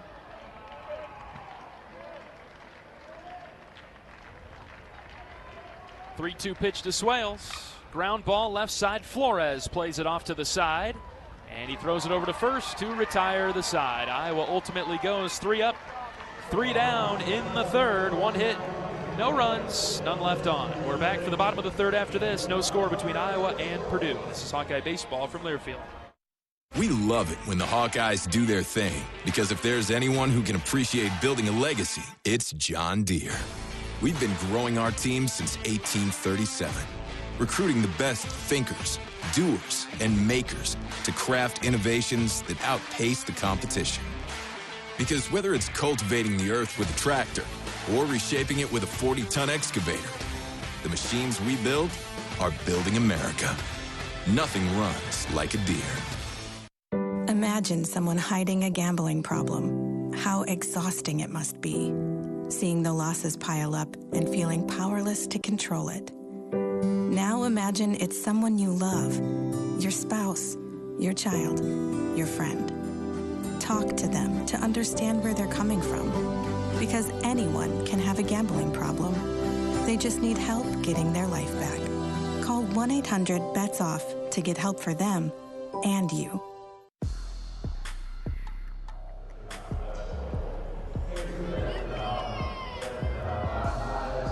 Bottom of of the third inning in Omaha. No score between Purdue and Iowa. The Hawkeyes will roll with a new pitcher, turning to Brolin Frost, left-handed freshman from Waterford, Wisconsin. Frost is in, making appearance number 18 on the season, a 2.70 ERA, 1-0 record for Brolin, the freshman southpaw. 20 innings pitched, 13 hits allowed, 6 earned runs. He has 19 strikeouts and 8 walks. A whip of 105, that's pretty darn good for the freshman. Opponents are batting 178 against Brolin. No score in the third. Iowa has had a couple of chances with early base runners, but a couple of double plays in the second and the third have squashed any true threat. Cole Moore gave Iowa a good start, throwing 2 innings, giving up 1 hit, no runs. He did walk 1, hit 2, had no strikeouts. And Coach Heller decides it's a good time to go elsewhere and bring in Brolin Frost, who has been outstanding for Iowa this year. Steven is listening from Carver Hawkeye Arena. Happy Thursday, Steven. Steven is part of our outstanding photography team. Traveled with men's basketball, captured the incredible moments of that outstanding season. Coach Ben McCullum in his first year, guiding the Hawkeyes to the Elite Eight. If you saw a really cool Iowa basketball picture this year, it probably came from Steven. Brandon Rogers in the box for Purdue, and Frost serves him a couple of pitches out of the zone, 2-0.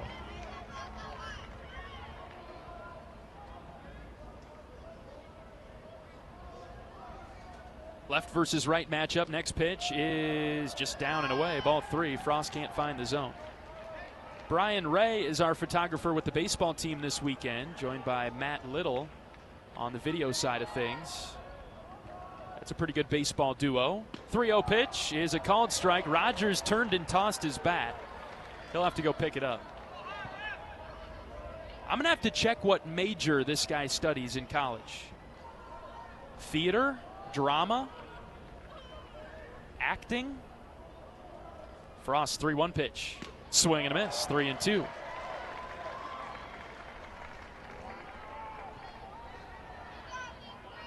He plays a very casual and nonchalant center field. He's a good player.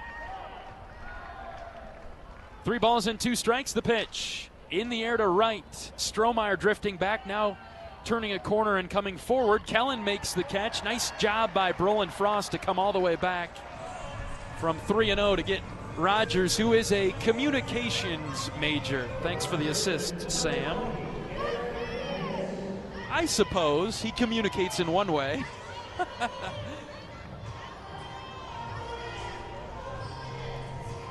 Aaron Manius, the left-handed hitter, in the box now for Purdue. He walked in the first. Left versus left matchup here. Brolin goes out of the quick windup and the pitch. Strike call down the outer third.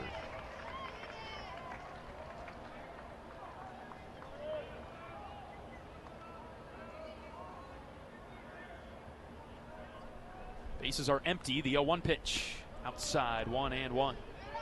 Win or go home game today for these teams. Purdue trying to make a case to be a regional team, but need to win a few more games here in Omaha to make a real claim there. Breaking ball across, sweeping from in to out, away from Manius. It's called a strike, 1-2. Iowa has to win the Big Ten tournament to extend the season. But 1 pitch, 1 game at a time. No score in the bottom of the third. 1-2 pitch, hit on the ground to Mitchell. A slow roller that barely got 5 inches off the ground.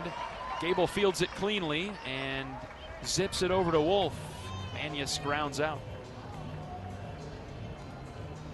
Winner gets UCLA, the top seed, tomorrow at 1 o'clock.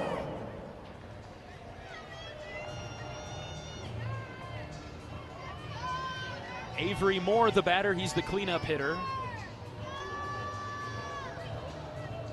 That's from the right side. Flied out to Strohmeyer. Opposite field to the right. Roland Frost takes the first pitch and throws it low for ball 1.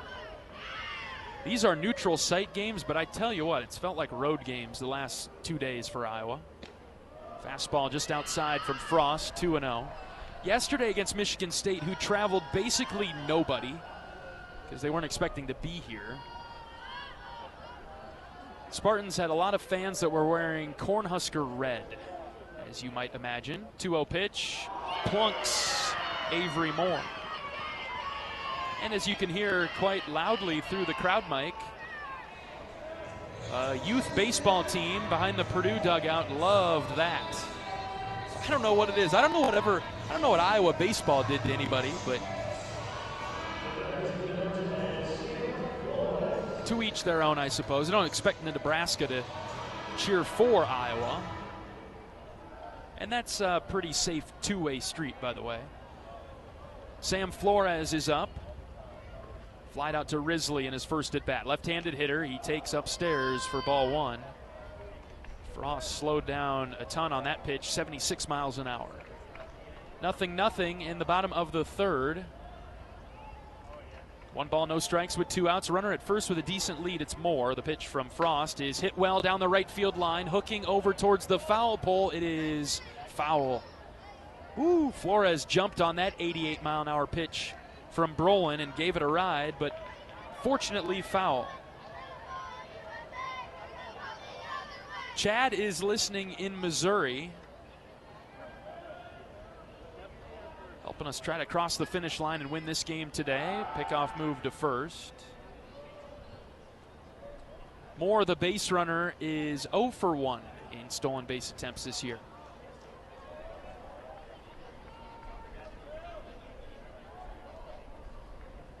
Two outs in the inning, a ball and a strike on Flores.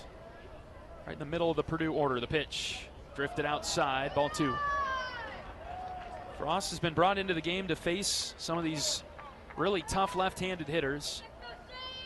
Let's go after this guy here.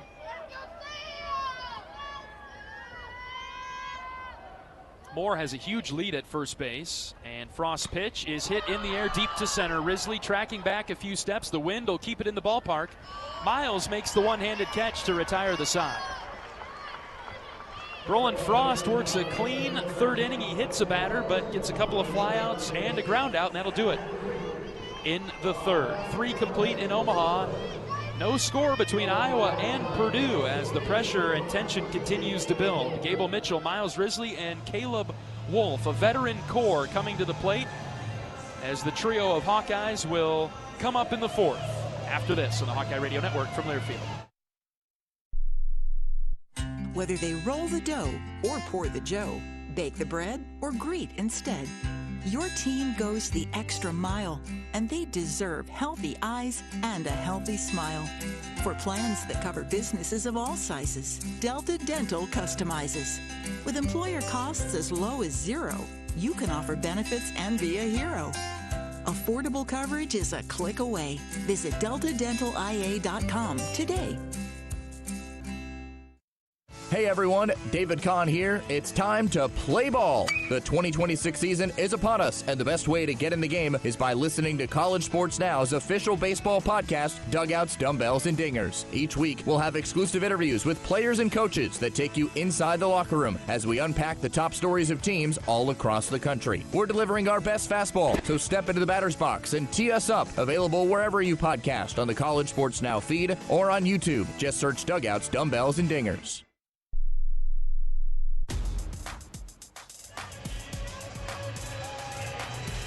No score between Iowa and Purdue as we move on to the 4th inning. 2-3-4 coming up for Iowa. Mitchell, Risley, and Wolf. 3 seniors trying to keep their seasons alive. Mitchell strolling to the box to lead off this inning. Let's pause 10 seconds for station identification. 10-second station ID. This is Iowa Hawkeye Baseball.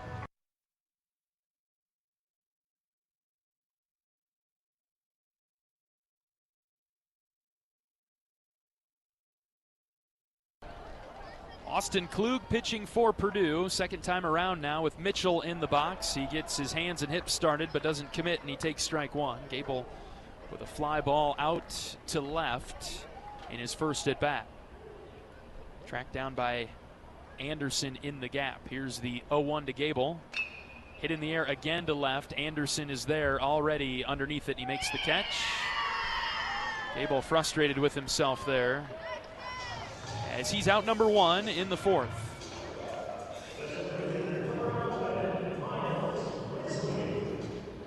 Miles Risley to the dish now. He struck out against Klug in the first inning.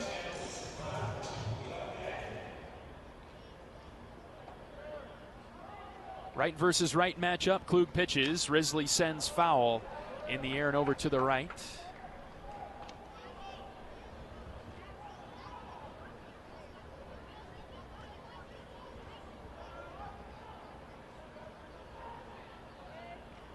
Risley hitting .309 for Iowa. The 0-1 pitch is waved at and missed. 0-2. Klug is finding a hole in Risley's swing somewhere. He's had Miles' number this afternoon. Been playing for just under an hour. And the 0-2. Risley hits a roller to third. Flores welcomes it in, steps and throws off the bag. Safe is Risley. Poor throw by Flores, came down at first. And Manius could not apply the tag as Risley was hustling by. Miles going all out to reach. Third inning in a row now, Iowa has had a base runner. Have yet to have it pay off, though.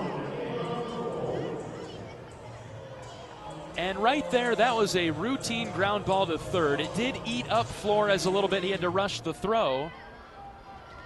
Credit to Risley for hustling all the way down. Here's Caleb Wolf. Scored as an error on Flores. Purdue, not a team that fields it very well.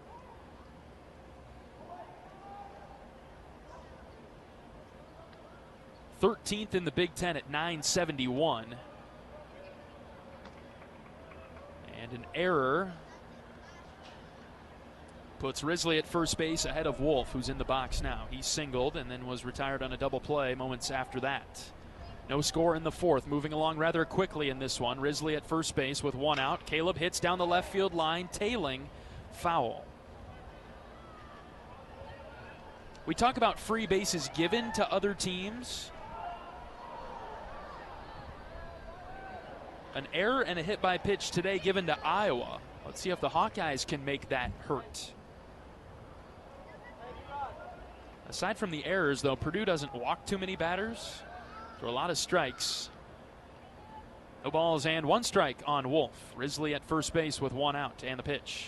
Caleb hits a high fly ball to left. Anderson and Rogers come together. Anderson makes the catch. 2 down. I'd be surprised if we have a home run today. Ballpark plays big as it is, and now with the wind coming in from the river over the CHI Health Center, which is the home of Creighton basketball across the street, the river beyond that, wind coming in from there today. Going to be very difficult to get one out. I suppose you have a shot immediately down the right field line. So a left-handed hitter could yank one and get it out. But forget about it to left, in my opinion. I could be wrong.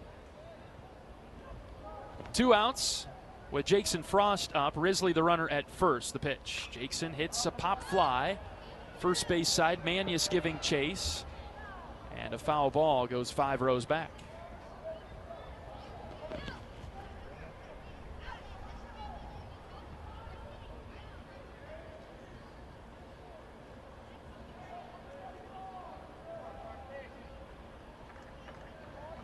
Purdue is protecting the line heavily at third. Flores is deep, heels on the grass. He is shoulder to shoulder with the third base umpire over there. Next pitch to Frost is blooped in the air and foul right field line.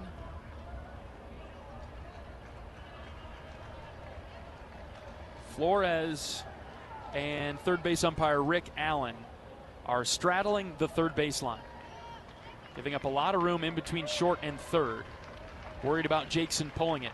Frost is in trouble, though. 0-2, the pitch. High, eye level.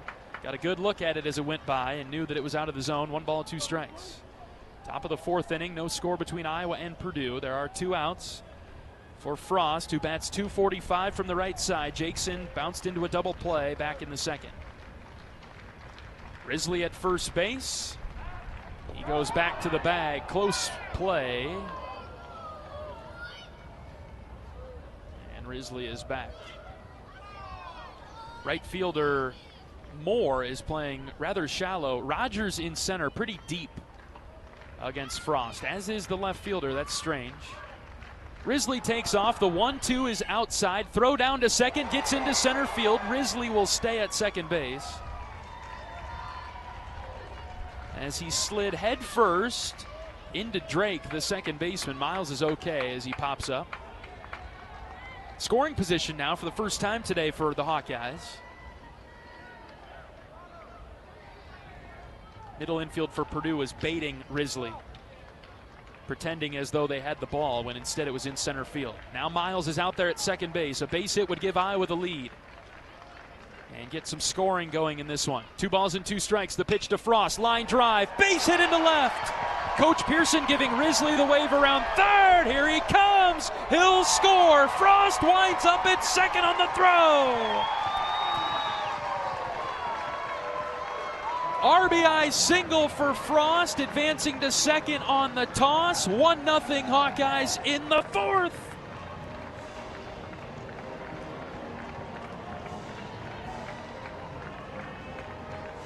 It was a curling line drive over the outstretched arm of Flores at third.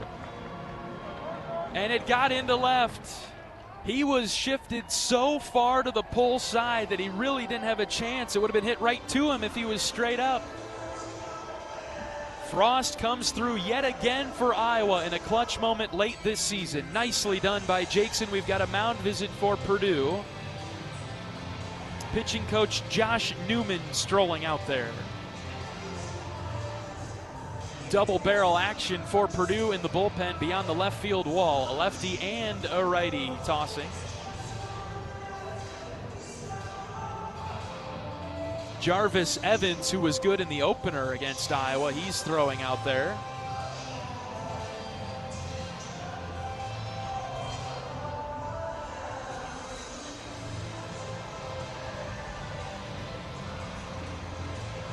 Also Gavin Buter. He's the right-hander. We saw both of them in Des Moines. 2 out, RBI single for Jackson Frost has given Iowa the lead. 1-0 in the 4th. 3rd hit of the game for the Hawkeyes. Here comes Max Burt. Frost out there at second base with 2 outs. First pitch to Max. Blooped in the air, right center field. Ball dropping. Right fielder coming forward and making the catch is Moore. Burt punched it in the air to right. It just wouldn't drop. And the Hawks strand a runner in the 4th, but the scoring has started. Iowa gets 1 run on an RBI single from Jackson Frost. 1-0 Hawkeyes. We're back in 60 seconds on the Hawkeye Radio Network from Learfield. Can you think of anything that costs the same today as it did 10 years ago? There isn't much. That is, unless you're a Mid-American Energy customer. Thanks to all the renewable energy we're generating, our customers pay nearly the same rate for electricity today as they did back when we were all singing, "Call Me Maybe." And with Mid-American making even more investments in clean energy, you can count on enjoying those same affordable rates for the next decade. Now that's obsessively, relentlessly at your service.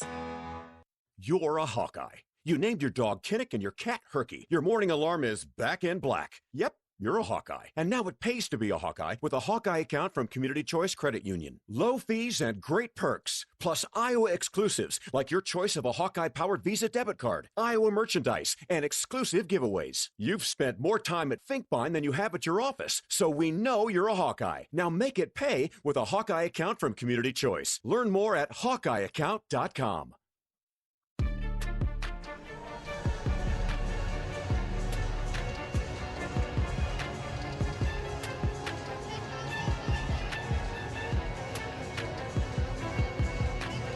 Welcome back to Charles Schwab Field in downtown Omaha. Bottom of the 4th inning at the 2026 Big Ten baseball tournament. Iowa and Purdue in an elimination game this afternoon. Winner gets UCLA tomorrow. in the quarterfinals. 1-0 Iowa. The Hawkeyes have just gotten on the board with a 2-out RBI single from Jackson Frost.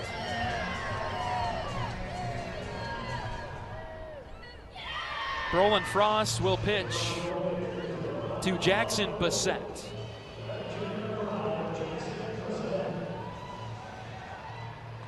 This is Frost's second inning of work. He threw the third, got 2 flyouts and a ground out, and he had a hit batter in between there. Bassett swings at the first pitch and hits a high fly ball down the right field line, and that's out of play. Bassett 0 for 1 today with a ground out to Schulte at short. Coach Heller and the Hawkeyes rolling with 2 freshmen to get this game started. Bright future for Cole Moore and Brolin Frost. They've been good for the Hawkeyes this year. No balls and 1 strike. Pitch from Frost, scooped under and driven to right, but that one is foul again. Boy, if you are sitting in the stands down the right field line, foul balls galore today.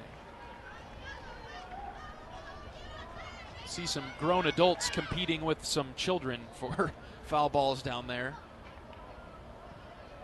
0-2 is the count on Bassett. The pitch is high. 1-0 Iowa in the bottom of the 4th. The Hawkeyes swept Purdue last week, Thursday through Saturday. Scores of 10-7, 14-5, and 15-9. The games were played at Principal Park in Des Moines to wrap up the regular season. 1-2 pitch from Frost. Tapped foul to the Purdue dugout, third base side. Iowa at 33-22 on the season.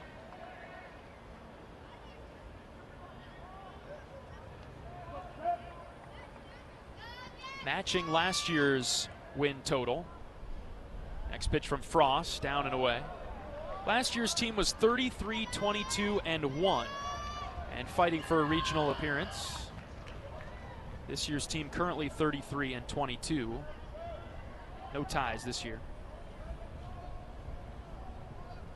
Next pitch from Frost at 2-2, just off the plate outside. Ball 3.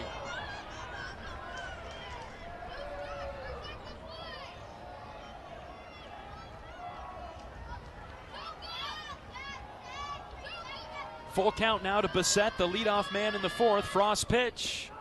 Outside with the fastball, he lost him.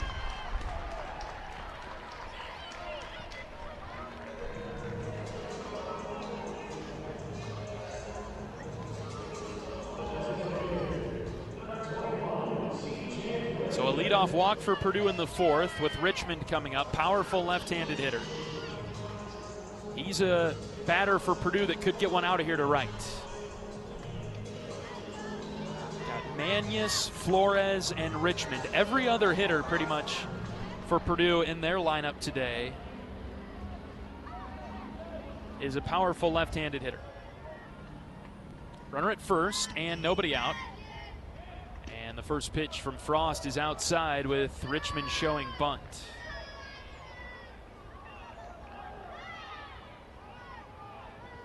Iowa on top of Purdue 1-0.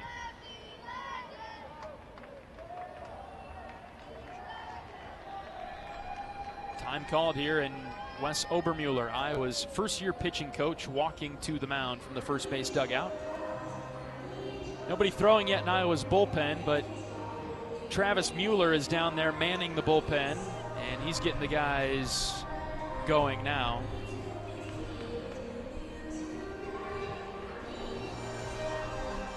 Some activation with weighted balls being thrown against pads.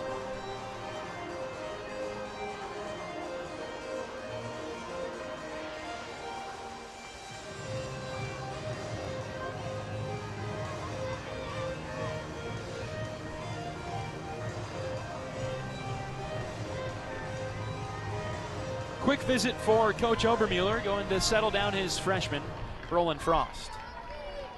In his second inning of work, 1 ball, no strikes on Richmond. Left versus left matchup. Frost in a staring contest with the runner at first, now delivers a pitch high, 2-0. Tyler Guerin is up in the Iowa bullpen. as he's just taken to the mound out there. Brolin's got some work to do here. Start by getting in the strike zone again. 2-0 pitch. Swing and a miss. Richmond chased ball 3. That one was down and in on the shins.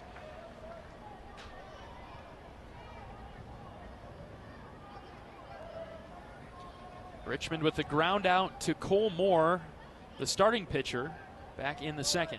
So he's 0 for 1 today.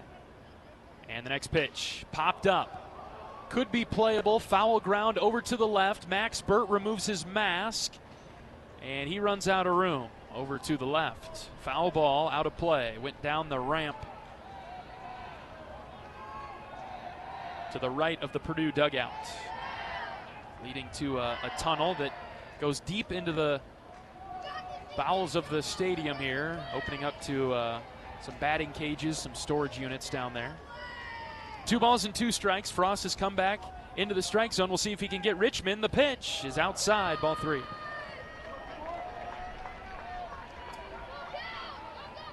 Richmond is a high strikeout candidate, but very powerful. Count is full, and the pitch. Slapped foul, opposite field to the left.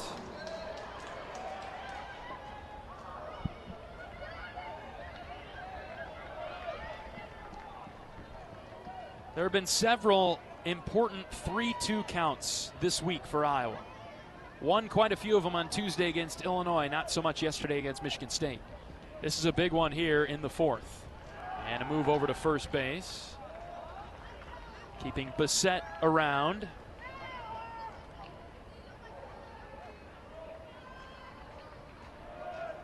Count is full on Richmond. Bottom of the 4th, Iowa leading 1-0.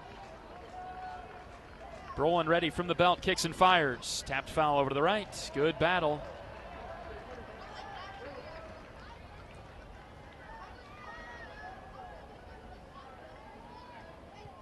Iowa pitching 2.5 times through the order here. I guess a time and a half through, no strikeouts. Brolin looking to pick up the first one of the day for the pitching staff. We'll wait a moment as he throws it over to first.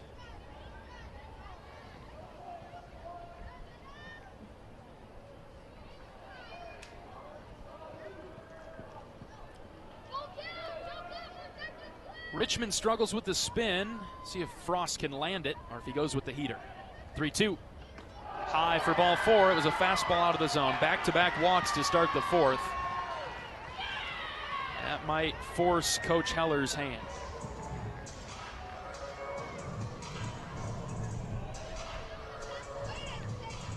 It is another left-handed hitter coming to the plate with Dylan Drake. Frost is typically good against left-handers, but Coach Heller is moving around down there, and he is climbing the steps and going to go get Brolin.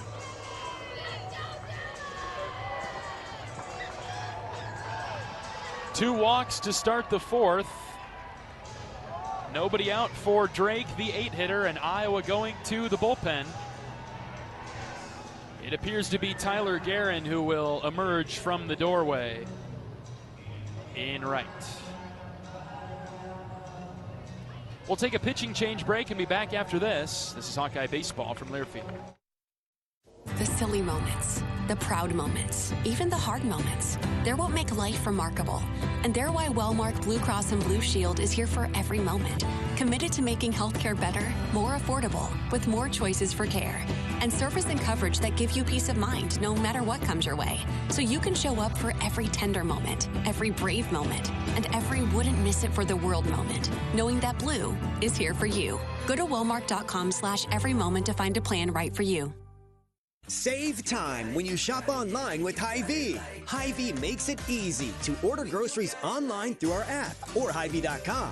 Pickup is always free. And if you have a Perks Plus membership, you get free delivery and free express pickup. Shop online with Hy-Vee and you can create and save grocery lists, shop the sales, and get fuel savers. Talk about convenience. Order groceries online today. Check out Hy-Vee.com or download the Hy-Vee app.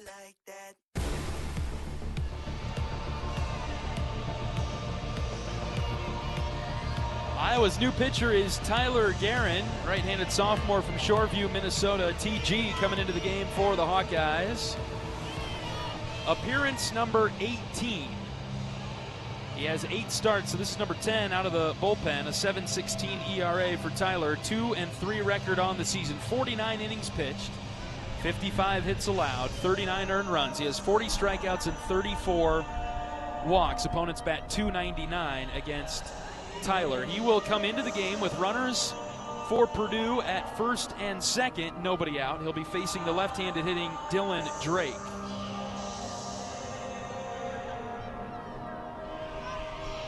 Tyler with a good sinking fastball. Low to mid-90s. And could use a ground ball for a double play.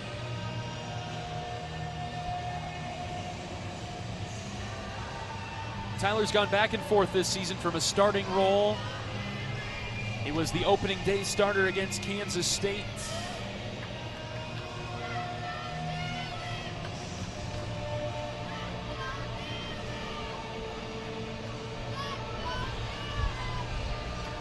Friday night guy for a few weeks to start the season.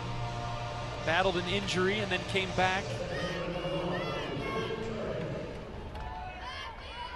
Was in the bullpen. Runners at the first and second for Purdue. The corners for Iowa are in as Drake goes to bunt, but the pitch from Guerin is outside.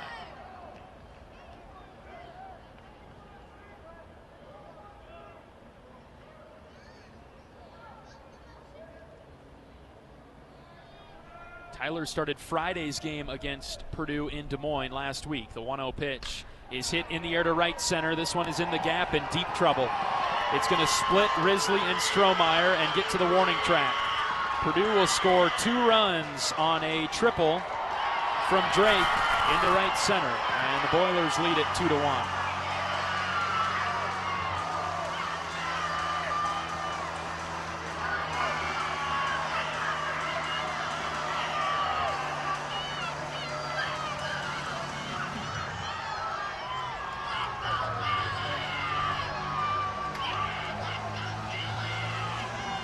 Dylan Drake comes through for Purdue, his 4th triple of the season. Splitting Risley and Strohmeyer. And driving in the 2 walks. 3 bases, Purdue comes through finally. Iowa playing with fire and got burned in the 4th. Weston Boyle is up now, runner at third and nobody out, so the infield for Iowa comes in. It's 2-1 Purdue in the 4th. All week it's felt like whenever Iowa has scored, they have not been able to get the shutdown inning. Right versus right, the 1-0 pitch to Boyle, blooped into center field. Risley forward a few steps, makes the catch, tagging from third. Here comes the throw. It's late. Sac fly for Boyle, 3-1 Purdue.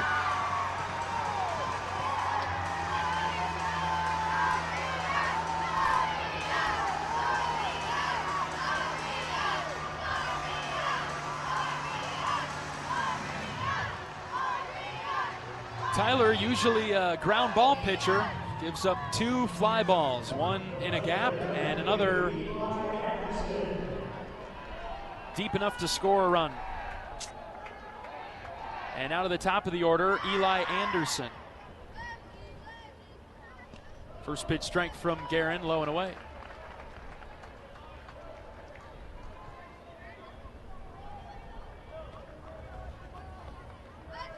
Anderson, left-handed hitter, is 0 for 2 today. Tyler spiked one. Evening the count at 1.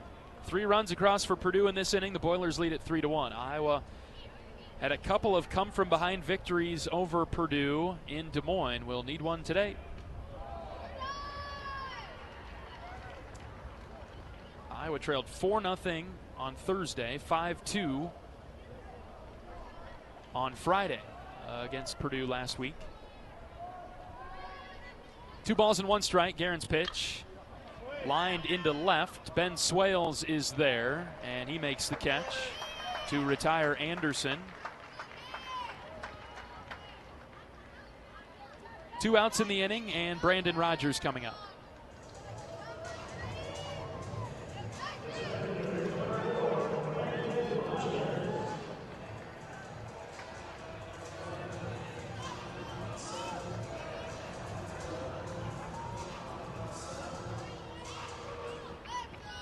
Iowa will have Narrett, Strohmeyer, and Schulte up in the top of the 5th. Currently down 3-1. Rogers in the box for Purdue. There's strike 1 from Tyler, bottom of the zone.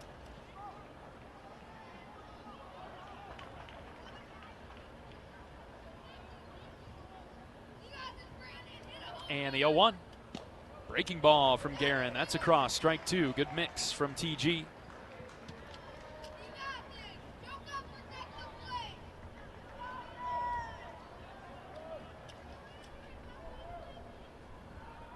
Windup and the 0-2 pitch from Guerin. Half swing.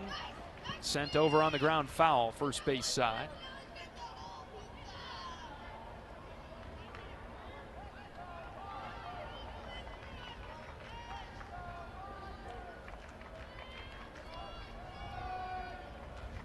And the next 0-2 is lined sharply foul over to the right. Bounced off the plexiglass of a suite to our right and then sent right back down right behind the Iowa dugout. Can't give up on any foul balls that reach the upper deck here. They could likely come back down. Big inning for Purdue, 3 runs across. Here's the 0-2. Another one is just outside from Tyler, 95-mile-an-hour fastball.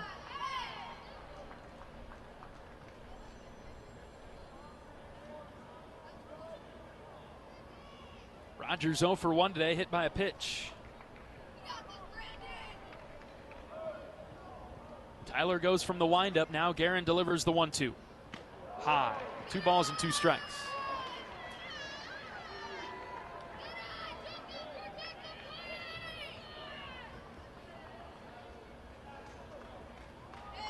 Three runs in this inning on 1 hit. Guerin's 2-2.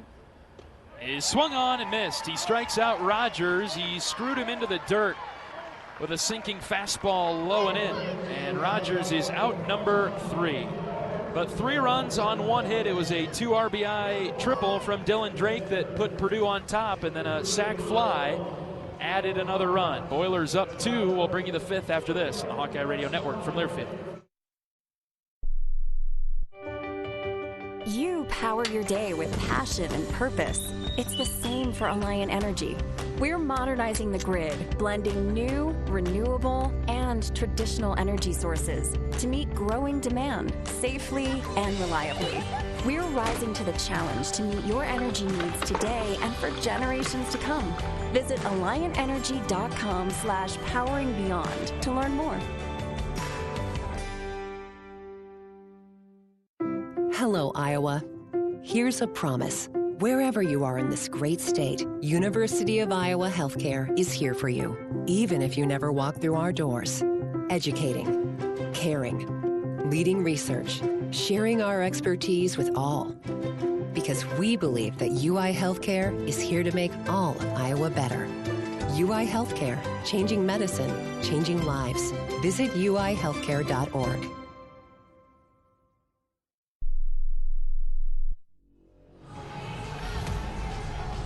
Oaknall's mission is to provide exceptional retirement, living, and health services through Life Care, a not-for-profit life plan community serving the Iowa City area for 59 years. Oaknall is conveniently located near the University of Iowa Healthcare campus, Kinnick Stadium, Carver Hawkeye Arena, and downtown Iowa City.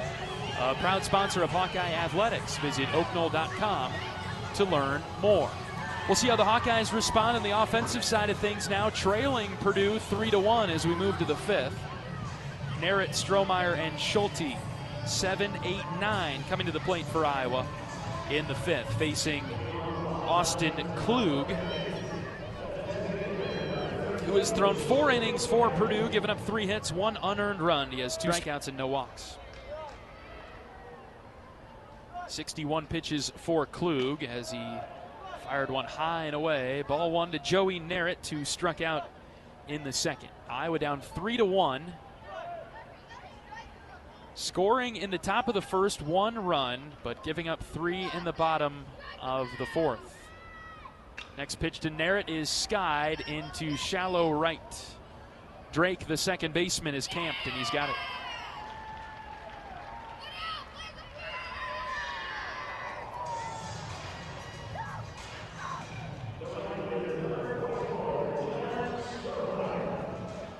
Iowa ended the regular season scorching hot, continued it with a 10-run effort against Illinois. Slowed down yesterday by Michigan State, and have been pretty quiet today against Purdue.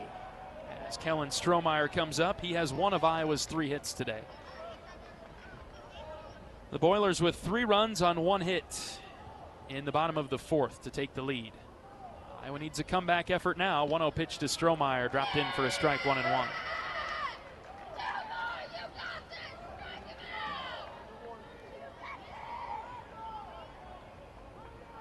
Bases are clear for Strohmeyer, left-handed hitter, the 1-1 pitch. Line drive, hooking towards the right field line and foul. Out in front, too much on the 83-mile-an-hour pitch.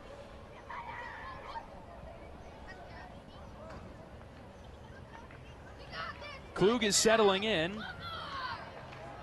Did give up a run in the 4th. Iowa finally got through against him on a RBI single from Jackson Frost, but few and far between for Iowa today. The 1-2 pitch, way outside, 2-2. Purdue had some action in the bullpen in the 4th, just in case it really got going sidewise. They've got a couple of arms getting loose again. 2-2 pitch to Strohmeyer, bounced in front of the plate, 3-2. Really nice to get Kellen on base in front of Cooper Schulte. And then the top of the order, Ben Swales, is awaiting. Full count pitch. Strohmeyer got a piece of it, fouled it back.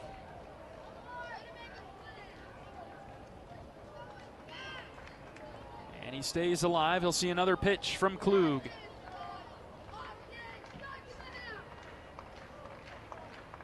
The wind and the pitch. Low for ball 4. Strohmeyer walks. He's on for the 2nd time today.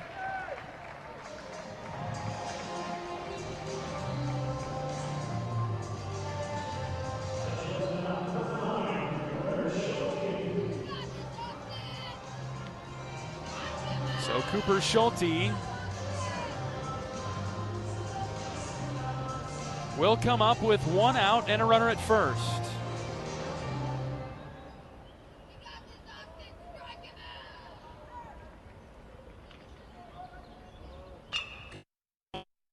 It's past Flores into left field. Strohmeyer with a hard turnaround second. He'll stay put. Schulte reaches on a sharp ground ball to third. Flores did not move. If he would have taken 1 step to his left, he would have bodied it up. He tried to play it off to the side, and it got by him.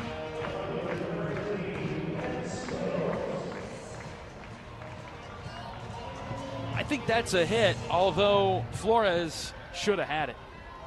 We'll see how they officially score it. Time called by Purdue here.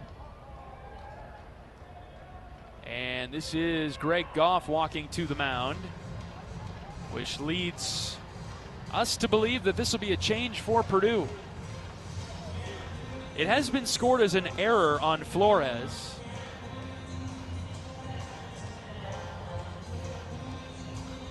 Either way, Iowa's got runners at first and second and 1 out.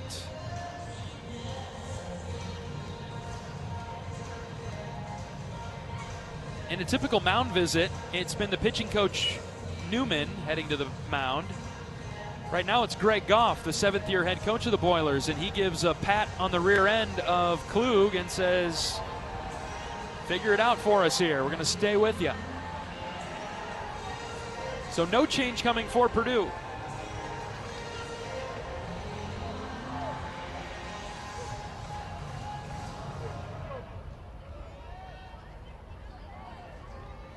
First and second for Ben Swales. He's grounded out twice today. Just 1 out. First pitch to Ben is at the knees for a strike.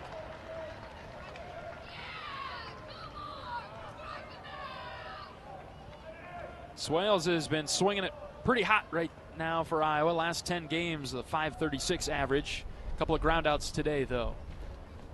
No balls and one strike. The pitch low. Backhand stop by Bissett. Again, Purdue really worried about the lines. Flores shoulder to shoulder with the third base umpire. Just a couple of feet to each side of the third base line. Ball and a strike. The pitch to Swales. Ground ball up the middle. Shortstop charging hard. He gloves it off to the side. Throw to first is in time to get Swales. That's all, and it'll be Gable Mitchell coming to the plate now with 2 outs. 3 ground ball outs today for Swales. Just has not been able to elevate. Well, a base hit would tie it from Gable. He's been getting under the pitches of Austin Klug today. And a second mound visit coming for the Boilers. That'll do it for the starter. Gable Mitchell will see a new Purdue pitcher in a crucial spot. We're in the top of the 5th inning. Purdue 3, Iowa 1. Runners at second and third. With 2 outs, we'll take a pitching change break and be back after this on the Hawkeye Radio Network from Learfield. Hawkeye Nation, here's something big. U.S. Cellular is now part of T-Mobile. That means Iowa fans are now on America's largest 5G network, bringing even more strength and coverage to every game day and every day. As the official wireless partner of the Iowa Hawkeyes, we're proud to power every call, every post, every celebration. U.S. Cellular and T-Mobile, better together.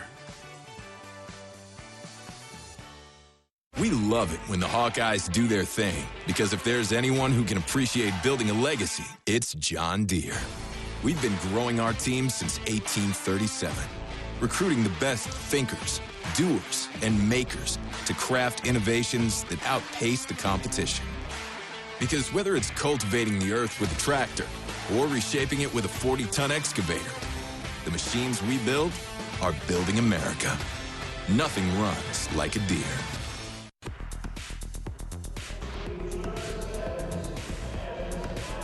Austin Klug is out of the game for Purdue. He gave the Boilers a really good start, 4 2/3, eating some innings. Iowa knocking at the door.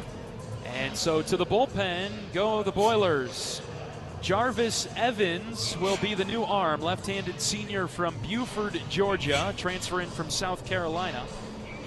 Left-handed pitcher for Purdue. Appearing for the 15th time this season, a .675 ERA.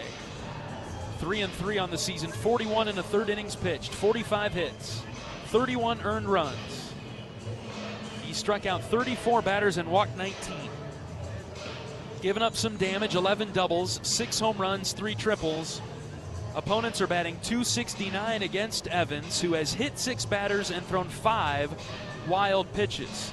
Now that doesn't sound anything like the guy that we saw on Thursday in the series opener against Purdue in Des Moines. Evans came in, and in a relatively low-pressure situation with Purdue losing late in that game, he threw 3 innings and gave up 2 hits, had 4 strikeouts and 1 walk, facing 13 Iowa batters, throwing 51 pitches and 30 of them for strikes.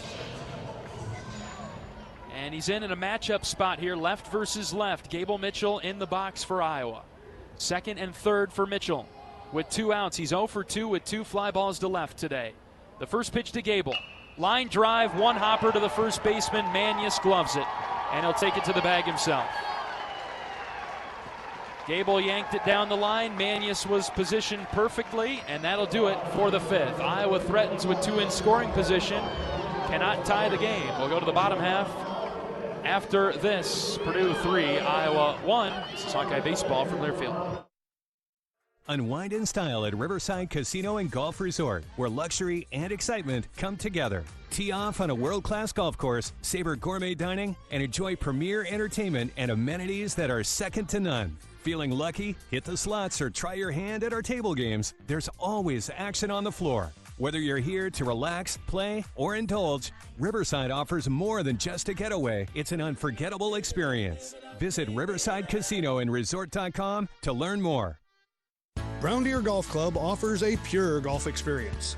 Manicured bentgrass fairways with tees and greens carved into gracefully rolling landscape. Challenging yet extremely playable. Improve your game with PGA instruction and our full-service pro shop. Treat yourself to Divots Bar and Grill for lunch or dinner. And our scenic banquet room is perfect for weddings or any special event. Brown Deer Golf Club, a stunning country club setting at affordable public rates.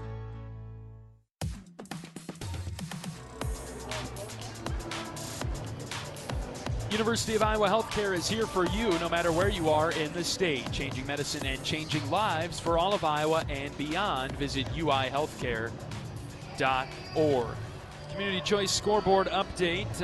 Iowa and Purdue playing the first of two games at Charles Schwab Field in Omaha today. Ohio State and Michigan later on tonight in an elimination game in the bottom bracket. The winner of that one will get Nebraska, the 2 seed. Quarterfinal matchups already set up. USC and Michigan State tomorrow morning at 9. Oregon and Washington, an old Pac-12 West Coast affair in one of the other quarterfinal matchups. UCLA awaits the winner of this one. And right now, Purdue leads 3-1 in the bottom of the 5th. 3-4-5 up for Purdue. Aaron Manius, who just made a nice play to end Iowa's offensive chance in the top of the 5th. He's up 0 for 1 today. The ground out to second. Tyler Guerin pitching for Iowa. Out of the windup, TG brings it home. Pitch inside, I guess. Ball 2. Look good from up here with Manius closing in on the plate. Coach Heller talking with the Big Ten Network crew on the TV broadcast. Manius hits one in the air deep to left. Swales moving over. Ben still tracking it well into the corner, and he makes the catch. One out in the 5th.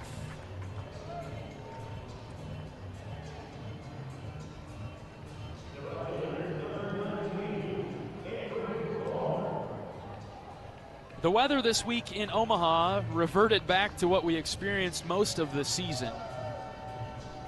Cool with the wind blowing in. Felt like that was the case no matter where we were playing this year, with the exception of Indiana and then Principal Park in Des Moines. First pitch strike from Guerin to Moore.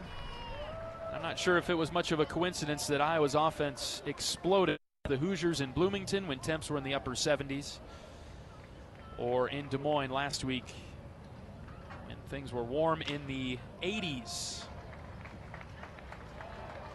But today, much different story. Upper 50s, low 60s, and the wind coming in from the river just beyond the left center wall. No balls and 2 strikes on Avery Moore, who's 0 for 1 today, hit by a pitch and a fly out to Strohmeyer in right. Guerin deals the 0-2, and he spiked it 1-2.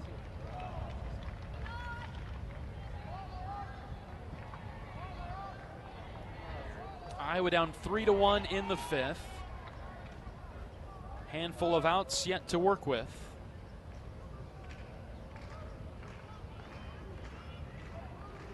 One-two pitch. Foul tip off of the home plate umpire.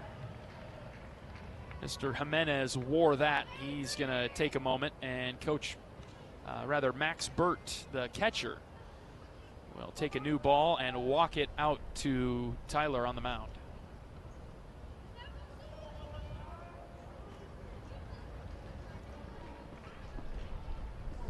Three runs on 2 hits for Purdue today.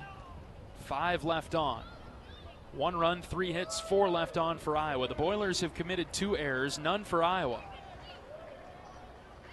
A string of free bases in the 4th hurt the black and gold. Another 1-2 pitch coming from Guerin to Moore. Here it is. It's high, 2-2.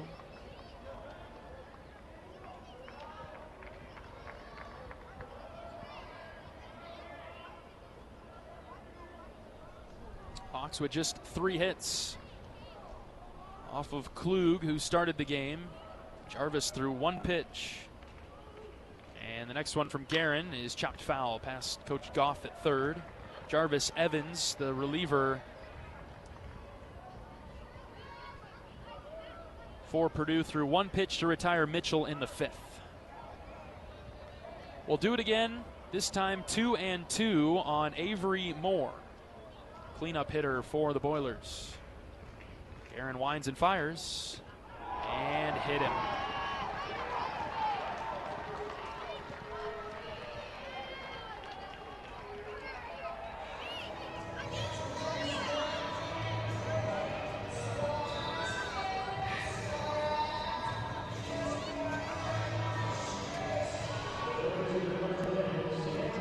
The Boilers have been hit by 4 pitches today and walked 3 times.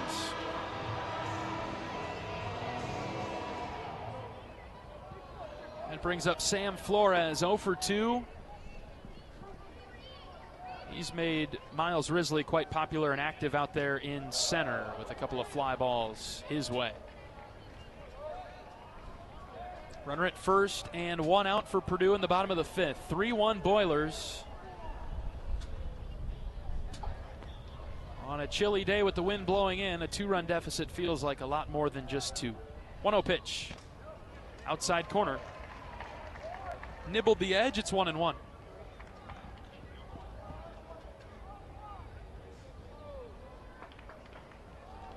Iowa's run into some bad luck offensively today. Grounded into a couple of double plays. And a sharp ground out by Mitchell there with 2 in scoring position in the top of the 5th. Had some bad luck yesterday, too, against Michigan State. Getting doubled up on a line drive.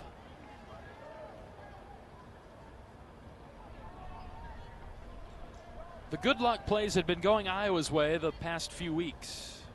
Not so much in Omaha. 1 ball and 1 strike on Flores. Guerin particularly worried about Avery Moore right now, who is at first base, trying to extend his lead. Wolf is cutting him in half. And the next pitch is just outside. 2 balls and 1 strike.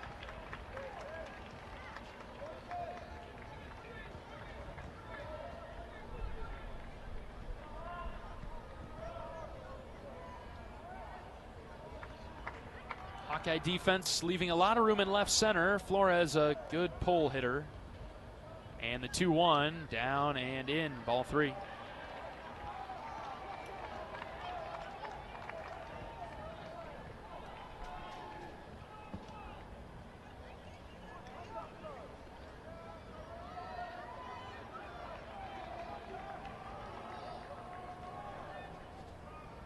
Three-one pitch from Guerin, pulled foul. First base side. Counts full now. Tyler can land a strike. Hawkeyes with a right-hander loosening in the bullpen.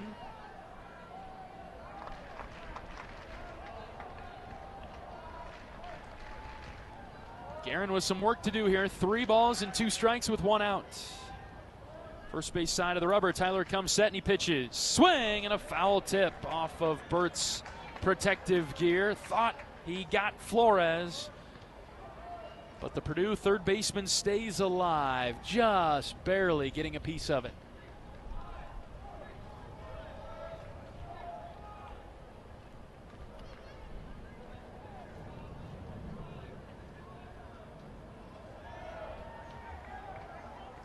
Guerin set with another payoff pitch. He brings it home.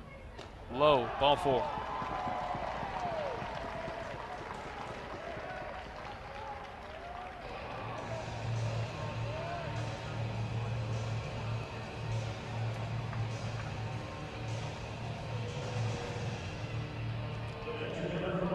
Manius flied out to left to start the inning. Hit by pitch and a walk since then.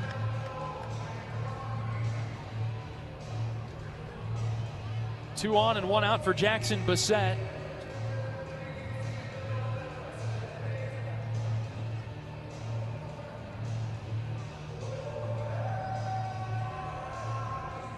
Spurt talking with Tyler Guerin on the mound. It's allowing Iowa's bullpen arm to get a few more tosses in.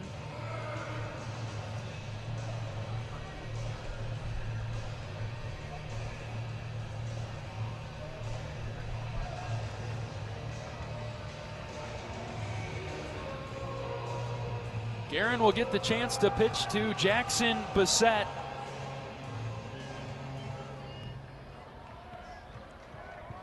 Be really nice for Tyler to work out of this jam here. First and second and one out. Purdue leading 3-1, bottom of the fifth. First pitch to Bissett is a slider outside. 1 ball, no strikes. Bissett hitting .262, 38 hits and 145 at bats. 9 doubles and 5 home runs. Good discipline, 28 walks, only 20 strikeouts. 1 ball, no strikes. With 1 out, Guerin's pitch, low, ball 2.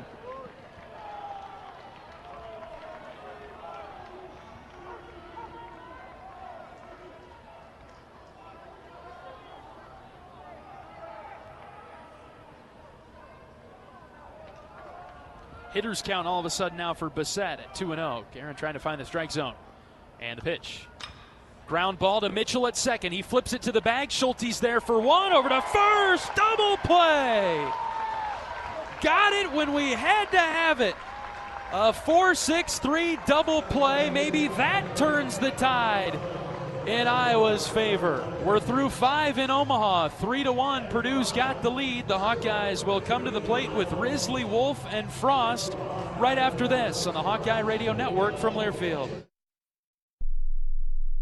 Whether they roll the dough or pour the joe, bake the bread or greet instead, your team goes the extra mile, and they deserve healthy eyes and a healthy smile. For plans that cover businesses of all sizes, Delta Dental customizes. With employer costs as low as $0, you can offer benefits and be a hero. Affordable coverage is a click away. Visit deltadentalia.com today. At Mid-American Energy, our 1.6 million customers depend on our energy 24/7. That's why we work 24/7 to deliver the safe, reliable energy you need. To keep our 99.9% reliability record, we're enhancing our technology, improving resiliency, and investing in critical infrastructure. We're generating power from all available resources to cover any increases in demand. And we're innovating to ensure you always have the energy you need. Mid-American Energy, obsessively, relentlessly at your service.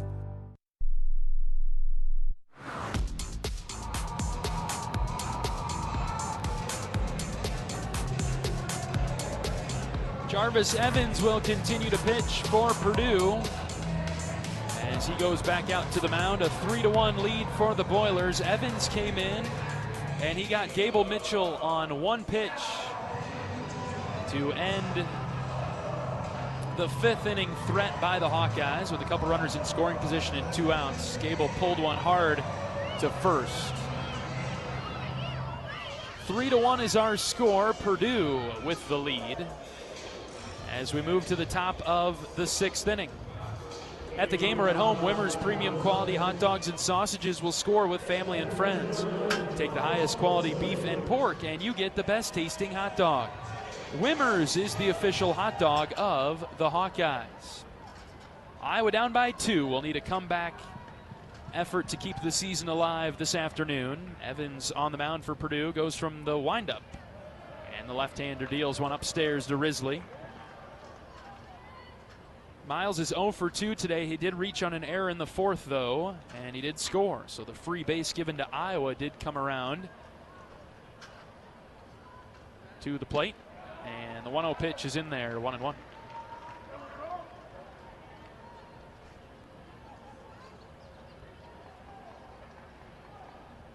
Corners are playing in, even with their respective bags. Middle infield very deep against Risley. 1-1, swung on and missed. Off speed, good changeup at 80 miles an hour, and Risley was out in front. Caleb Wolf and Jackson Frost due up after Risley. See if Miles can get on. Iowa's had the leadoff man on a few times today. The 1-2 pitch High. 2 balls and 2 strikes.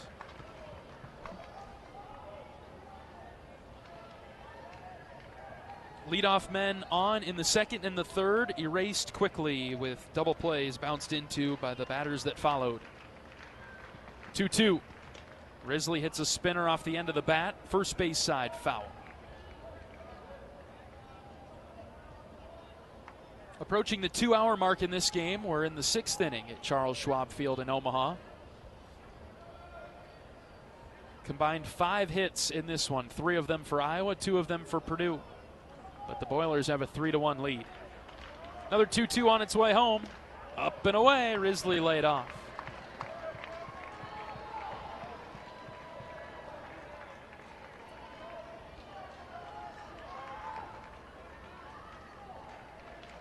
Full count. Can Iowa win a 3-2 battle? Evans delivers, and Risley strikes out. A swing and a miss, and Miles is down on strikes for the second time today.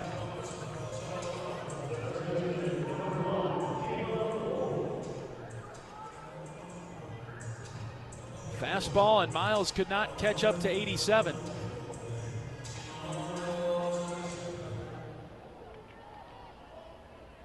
In stands Caleb Wolf now. Left versus left matchup. Wolf turns away from a fastball up and in.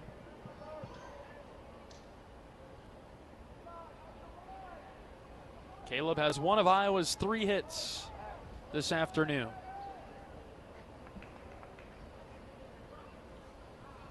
One-oh pitch. High. Ooh, called a strike. Evans pumped that by at 88. Evening things up 1-1.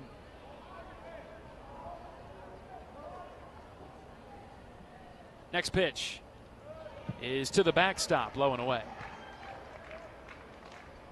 2 balls and a strike on Wolf. Jackson Frost is on deck. A bloop and a blast from tying this game up. Still have some outs to work with in the 6th. Bases are clear and 1 down. 2-1 delivery to Wolf. Caleb hits in the air to left. Anderson has got a beat on it. Rogers cuts him off to make the catch.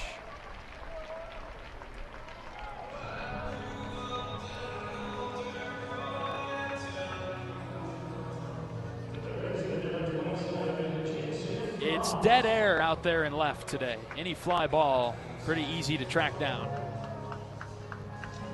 Getting caught up in the wind. And 2 down for Jackson Frost. He has been a productive hitter for Iowa today with the RBI single. And he takes upstairs for a ball. Start this at bat. Grounded into a double play in the second. And drove in Risley in the 4th. Iowa down 3-1, 6th inning. Elimination game. Iowa's going to need to come back to keep the season alive. 1-0 pitch to Frost. Swing and a miss. 78 miles an hour. His bat was well through the zone before that pitch crossed.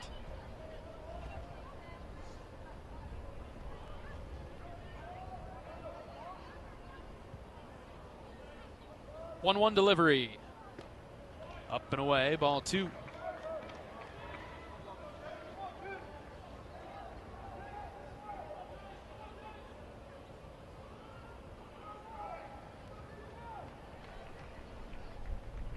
Max Burt awaits on deck. Would like to see him this inning. 2-1 to Frost. Off the plate away, ball 3.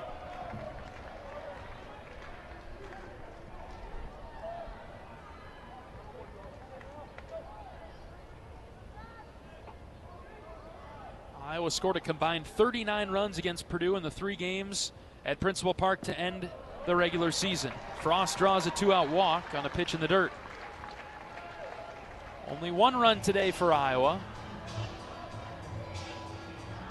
We're not asking for 10. We're just asking for more than Purdue. Want to keep this season going. Now 2 outs for Max Burt, who is walking to the right-handed batter's box after removing his shin guards as the Iowa catcher with 2 outs. Comes to the plate. Hit by a pitch and a fly out to right today. Max, another young talent, part of this team that will be around for a couple more years yet. Frost at first base and 2 outs. First pitch to Max Burt is across for a high strike. Winner of this game gets UCLA tomorrow at 1 o'clock.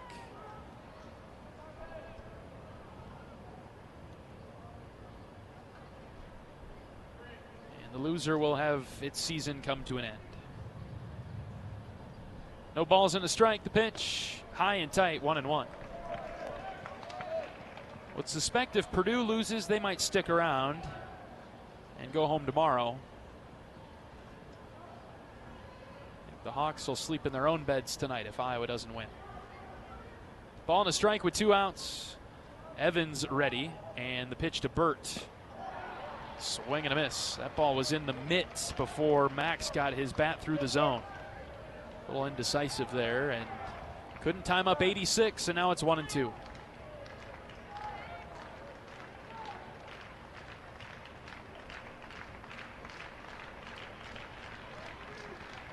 Frost, the runner at first. He stays put. The 1-2 is swung on and missed.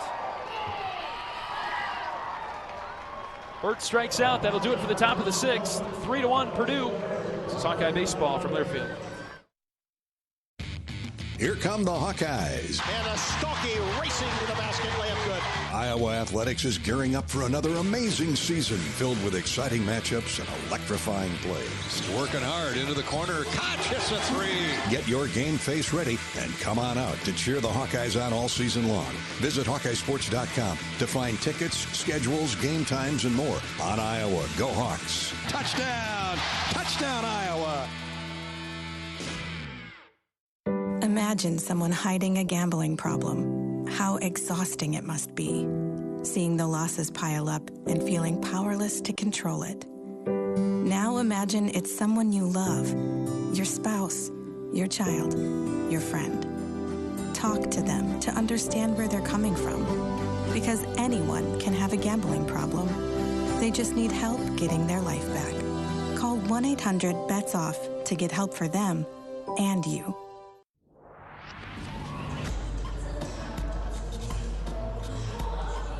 New this spring, Brown Deer Golf Club in Coralville has partnered with Bread Garden Market for food and beverage operations. Let the Bread Garden Market staff plan your next event at Brown Deer and create a memorable experience with fantastic food and service.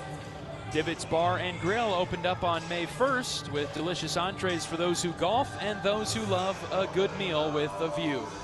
Brown Deer Golf Club, meet your next neighborhood dining experience. Bottom of the 6th in Omaha, Purdue 3, Iowa 1. We need to pause 10 seconds for station identification. This is Iowa Hawkeye baseball.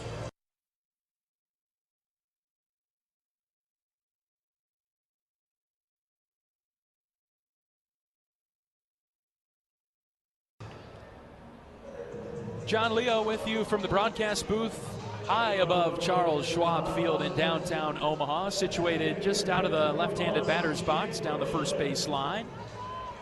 Looking directly towards the left field stands. Purdue 3, Iowa 1, bottom of the 6th. The Boilers coming to the plate to bat. C.J. Richmond to lead it off, and he's early on a pitch from Guerin. Tyler's thrown 2 innings for Iowa, giving up 1 hit, 1 run, 1 walk, 1 strikeout. Got a big assist from Gable Mitchell and Cooper Schulte, who turned a double play. Here's a bunt down the third base line. It's a beauty. Richmond beats it out. Iowa had a huge shift to the pull side of the left-handed hitting Richmond. And on the first attempt of the day for Purdue to get a bunt down, they executed perfectly down the line.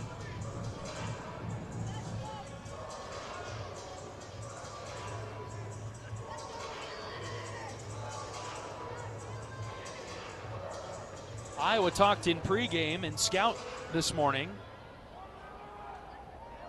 about the prospects of bunting for hits themselves, especially with the way Purdue lines up defensively. Haven't seen Iowa try it today.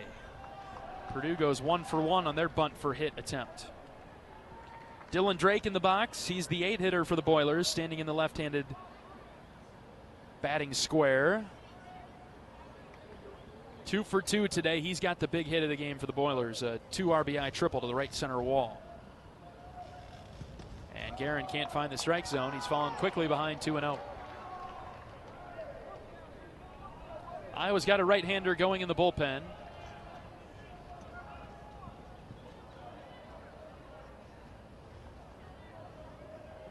Two and 0 is the count on Drake. It's the bottom third of the order, led off nicely by Richmond's bunt for hit. Drake is early, and he pulled it on the ground foul, first base side. Athletic trainer Jake Feldman on the hop, going to track it down.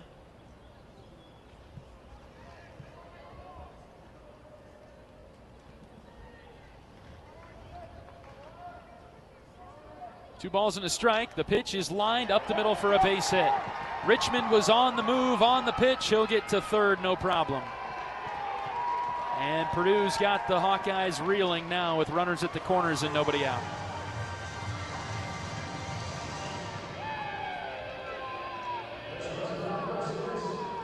It was a good pitch by Guerin, a sinker very low. And Drake dropped the barrel, went down to get it, and lined it into center.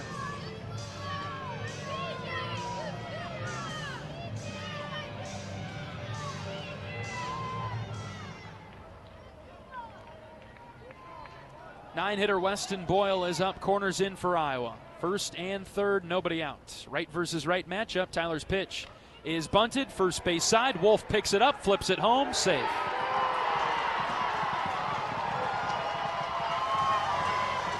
Good effort by Wolf. Safety squeeze executed perfectly by Purdue. A push bunt to the right side, and the Hawks are getting eaten alive by bunting in this inning.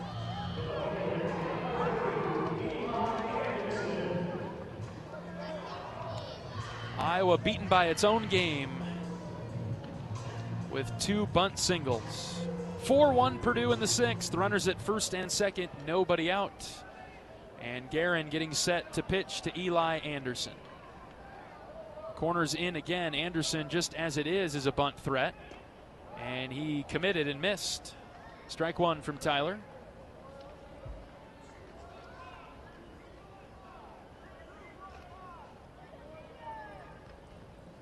Three singles in the inning for Purdue. And a 4-1 lead now for the Boilers in the 6th. 0-1 is bunted, third base side. It will trickle foul. So Anderson, very good with the bat, unsuccessful on his 2 bunt attempts.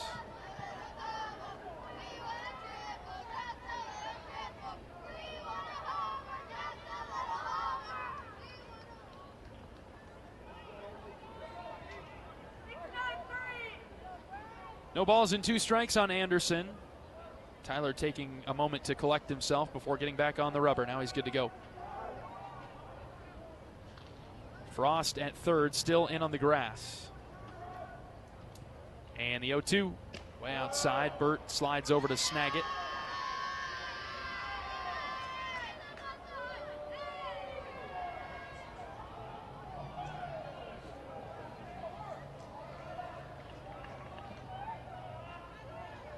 First and second for Purdue, nobody out. Boilers in business in the 6th. The 1-2. Served in the air to center. Miles Risley coming forward a few steps. Risley makes the easy catch for the first out of the inning. Miles has been pretty busy out there in center today. And that's an important out to keep Anderson off the base paths. He was unsuccessful in his bunt attempts. And ultimately he flies out in front of Rogers, who's up now.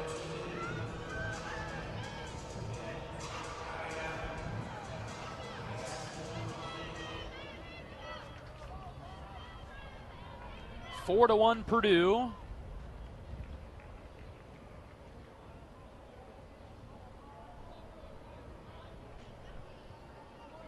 And Guerin facing Rogers. Rogers dinged with a time violation and a strike without Tyler even having to throw one. So it's 0-1. First pitch of the at-bat is just low and out. Good slider from Tyler, but off the plate according to Danny Jimenez. 1-1. Rogers 0 for 2 today with a strikeout, also hit by a pitch. 1-1. Check swing, went through the zone, and the pitch got by Burt. And so the runners will advance to second and third with one out. That's just the kind of week it's been. Not a great pitch by Tyler, but Rogers swung at it anyway, and Max couldn't track it. And it got by to the backstop, and the Boilers have runners at second and third with one out.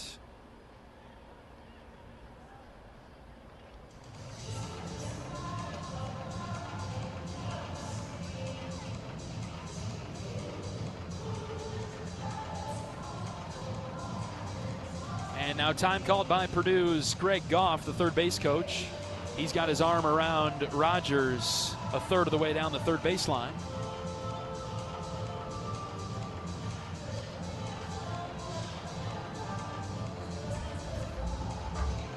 Talked with Coach Goff earlier today outside of the hotel.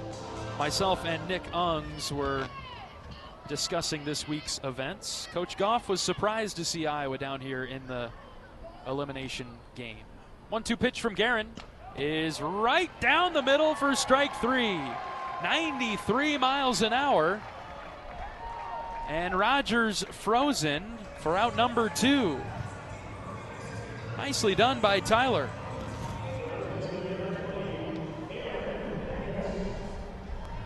Sinking fastball started on the outer edge and broke back in just enough to ring up Rogers.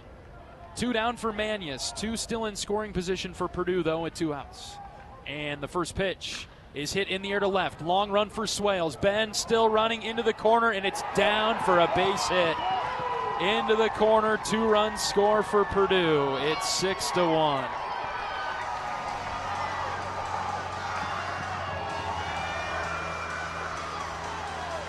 A tailing fly ball, the only place that it could get down anywhere in left.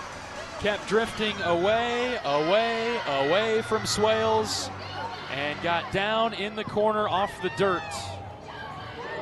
And a 2-run double for Manius gives Purdue a 5-run lead in the 6th.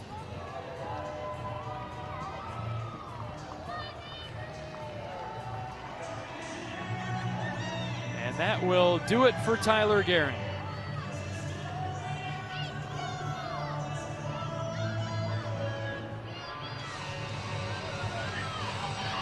Purdue 6, Iowa 1 in the bottom of the 6th inning. New pitcher coming into the game for Iowa. We'll introduce him after this pitching change break on the Hawkeye Radio Network from Learfield. The silly moments, the proud moments, even the hard moments. They're what make life remarkable. And they're why Wellmark Blue Cross and Blue Shield is here for every moment. Committed to making healthcare better, more affordable, with more choices for care.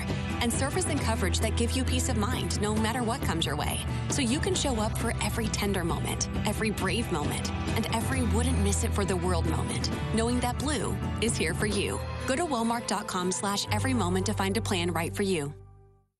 Unwind in style at Riverside Casino and Golf Resort, where luxury and excitement come together. Tee off on a world-class golf course, savor gourmet dining, and enjoy premier entertainment and amenities that are second to none. Feeling lucky? Hit the slots or try your hand at our table games. There's always action on the floor. Whether you're here to relax, play, or indulge, Riverside offers more than just a getaway. It's an unforgettable experience. Visit Riverside Casino and Resort.com to learn more.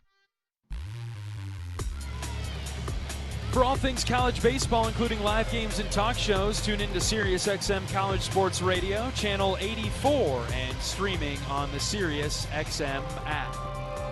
Iowa's new pitcher is Logan Rundy, right-handed grad senior, into the game for the Hawkeyes. spending his final year in Iowa City after being at Florida International for the past couple of years. Is an Iowa product from Piasta. Rundy appearing for the 16th time this season, a 5.98 ERA, 3-4 record. 49 2/3 innings pitched for Logan. 45 strikeouts and 18 walks. Opponents hitting him at .279, right-hander into the game. In the bottom of the 6th, Purdue has broken it open. It's 6-1 Boilers. Manius just doubled down the left field line. Opposite field slicing fly ball.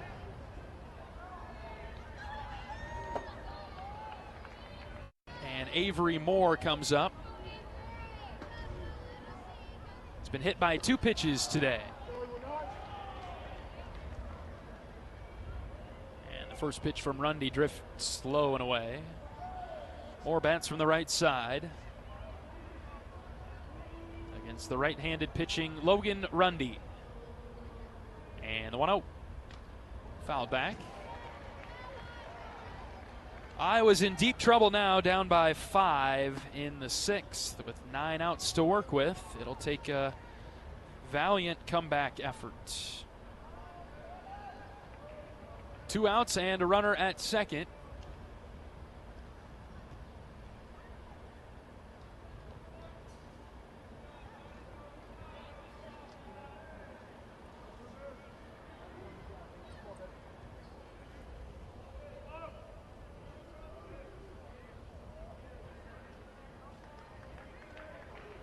Rundy's next pitch inside. Moore wasn't going anywhere. He was a statue. Just about got clipped for the 3rd time today. Rundy drifted it in at 72.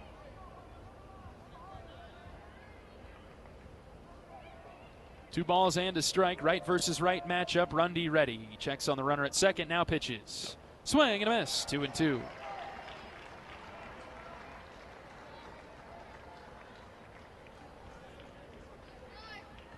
Iowa will have Narrett, Strohmeyer, and Schulte. 7, 8, 9 coming to the dish with limited outs remaining and down by 5. Count is even at 2 with 2 outs and a runner at second. The pitch from Rundy fouled back to the netting.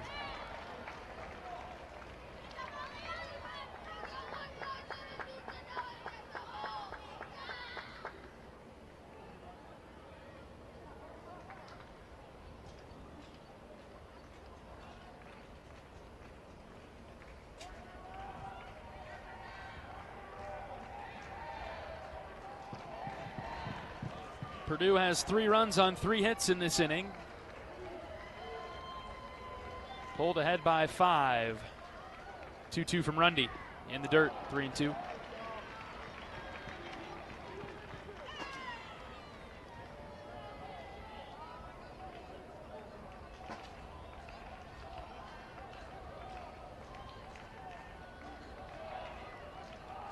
Full count on Moore with Flores on deck. The pitch. High fly ball popped in the air over to the right and foul. Moore with a defensive swing. And he does just enough to stay alive. Manius, the runner at second base.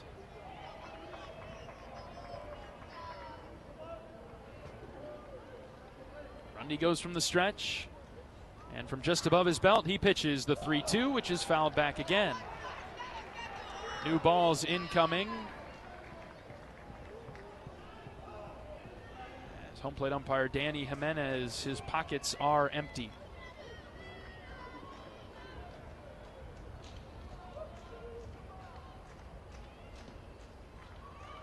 Third straight 3-2 pitch from Rundy coming to Moore. Here it is. Ground ball left side. Frost moves back to field it. He gloves it, throws to first, and it is in time to get Moore. Wolf was nearly pulled off the bag, but he kept his toe on it to retire the Purdue cleanup hitter. 3 runs on 3 hits for the Boilers. They've broken it open. It's 6-1 Purdue. Back for the 7th after this on the Hawkeye Radio Network from Learfield. The silly moments, the proud moments, even the hard moments. They're what make life remarkable. And they're why Wellmark Blue Cross and Blue Shield is here for every moment. Committed to making healthcare better, more affordable, with more choices for care. And service and coverage that give you peace of mind no matter what comes your way. So you can show up for every tender moment, every brave moment, and every wouldn't miss it for the world moment, knowing that Blue is here for you. Go to Wellmark.com/every moment to find a plan right for you. You're a Hawkeye. You named your dog Kinnick and your cat Herky. Your morning alarm is back in black. Yep, you're a Hawkeye. And now it pays to be a Hawkeye with a Hawkeye account from Community Choice Credit Union. Low fees and great perks, plus Iowa exclusives like your choice of a Hawkeye-powered Visa debit card, Iowa merchandise, and exclusive giveaways. You've spent more time at Finkbine than you have at your office, so we know you're a Hawkeye. Now make it pay with a Hawkeye account from Community Choice. Learn more at HawkeyeAccount.com.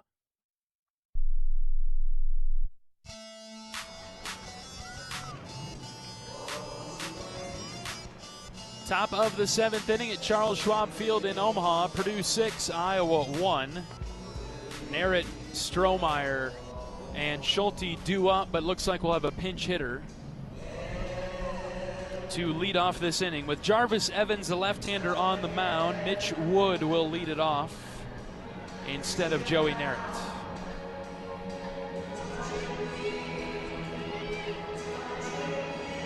Mitch Wood, a senior from Ottumwa.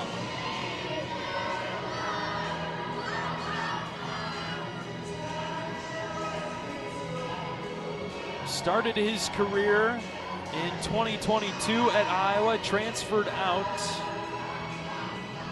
Wound up at Northern Kentucky in 24, and then came back to Iowa for the last 2 years. They'll get a pinch hit opportunity in the 7th with Iowa's backs against the wall. Season on the line in these final 3 innings, down by 5. First pitch to Mitch is low and in. Look good from up here, but off the plate.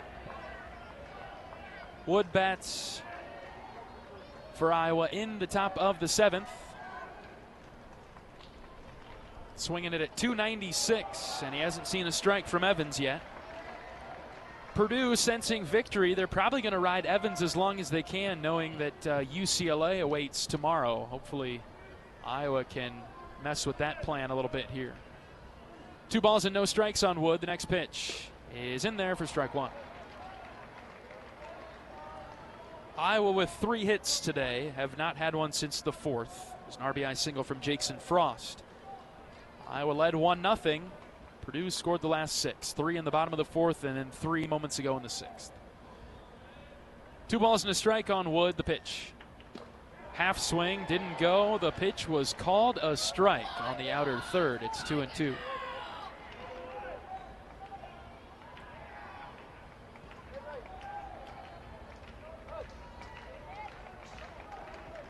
Evans out of the windup. The southpaw kicks and fires the 2-2. Wood with an uppercut swing, grounds it foul. Left side.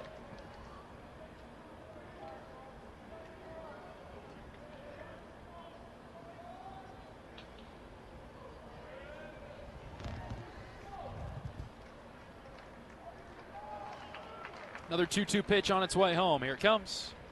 High and away, ball 3. Purdue with a lefty and a righty throwing in its bullpen.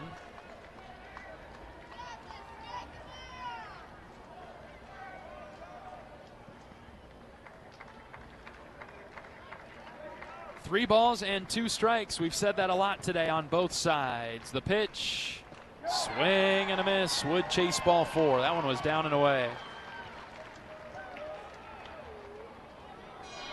I'd have to go back and look. I'm not sure that Iowa has won a 3-2 count today. Iowa hitters have struck out 5 times. Kellen Strohmeyer comes up. He's been on twice for Iowa today. A single in the 3rd, a walk in the 5th, and he takes strike 1. Very top of the zone.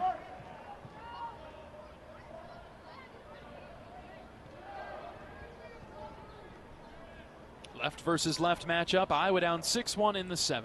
Next pitch to Strohmeyer. Outside edge, 0-2.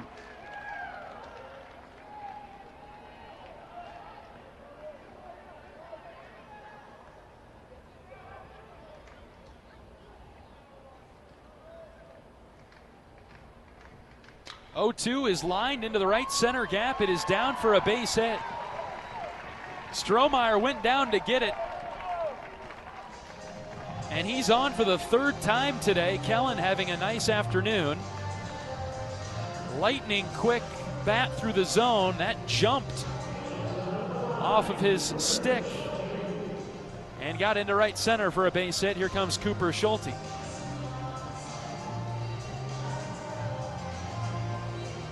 We've seen Iowa's offense explode. Just need a little spark here.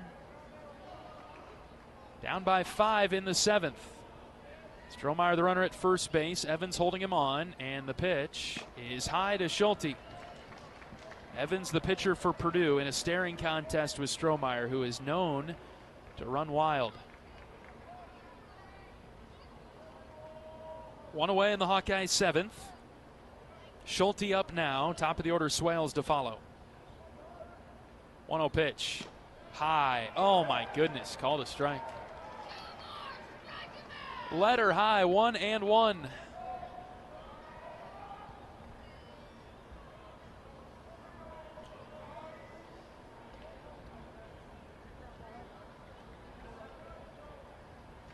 Strohmeyer, the runner at first. The 1-1 pitch. Inside, ball 2. We'll take it.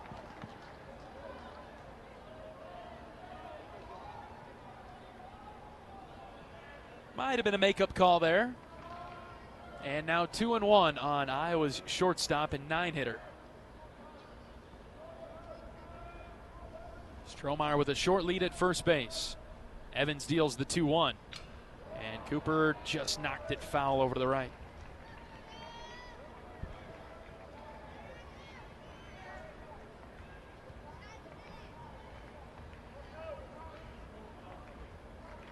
Schulte, the smooth shortstop for Iowa, wrapping up his career. Native of New London, Iowa, local product. Trying to come through for Iowa in the 7th. 2 balls and 2 strikes, the pitch. Popped him up on the infield. Easy play for Manius to the right of the green bag at first. He makes the catch. 2 down.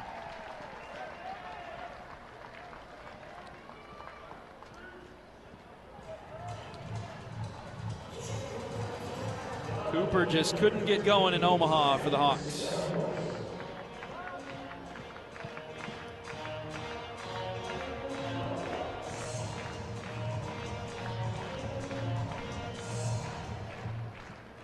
Two down for Ben Swales, 0 for 3 with 3 ground outs. He's facing a different pitcher this time, though. Klug had his number. First pitch to Ben is across for strike 1.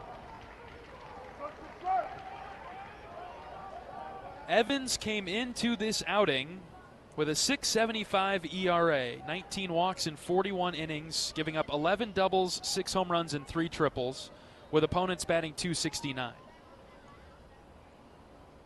Swales hits a ground ball to third. Flores gloves it, plays it off to the side, steps up, throws to first. Fine play to get Swales. Sometimes it's just not your day, and it is looking like that for Iowa this afternoon. Time for the 7th inning stretch. Purdue 6, Iowa 1. We're back after this on the Hawkeye Radio Network from Learfield. If you or someone you know is having thoughts of suicide, experiencing a mental health or substance use crisis, 988 provides the direct connection to free, confidential, and compassionate support. When you call, text, or chat 988, you'll be quickly connected to trained crisis counselors who will listen to your concerns, provide support, and connect you to additional resources if needed. There is hope. You are not alone. For 24/7 support, call or text 988 or chat 988lifeline.org. A message from Iowa HHS. Brown Deer Golf Club offers a pure golf experience. Manicured bentgrass fairways with tees and greens carved into gracefully rolling landscape. Challenging yet extremely playable. Improve your game with PGA instruction and our full-service pro shop. Treat yourself to Divots Bar and Grill for lunch or dinner. And our scenic banquet room is perfect for weddings or any special event. Brown Deer Golf Club, a stunning country club setting at affordable public rates.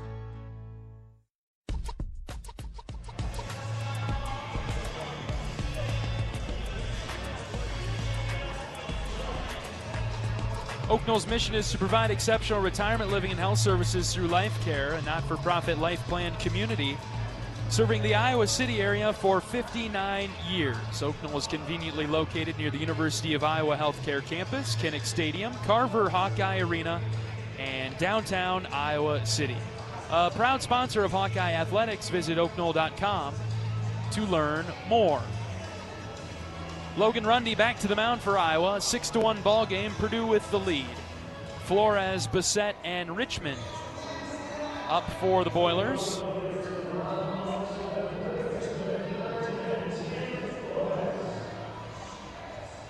Iowa swept Purdue in Des Moines to end the regular season. Purdue getting the better of Iowa in a game that will send the loser home and end its season. Flores over the top of the first pitch from Rundy. A good delivery from Logan. Bottom of the zone. A swing and a miss. 0-1. Flores 0 for 2 today with a walk. Rundy winds and fires. Next pitch is hit on the ground. A one-hopper off of Wolf's glove into right. Hard hit to the right side. Could see that called either way. Although we did see an error on Flores at third. And they've called that a hit. Single for Flores.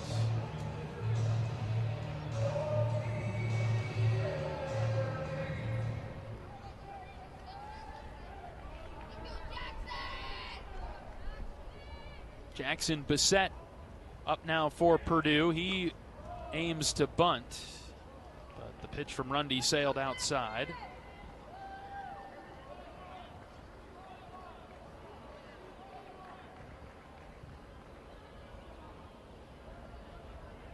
Iowa down by 5 in the bottom of the 7th. We'll have 6 outs to work with. Need to throw up a 0. And Bissett bunts one right back to the first base side. Looked like it was headed Rundy's way from our perspective in the broadcast booth. It trickles foul. It was bunted in the air by Bissett. Thought Rundy was going to be able to come off the mound and make a play, but the ball landed on the white line and then kicked to the right. Small ball has worked for Purdue today. They had 2 bunt hits in the 6th. One drove in a run.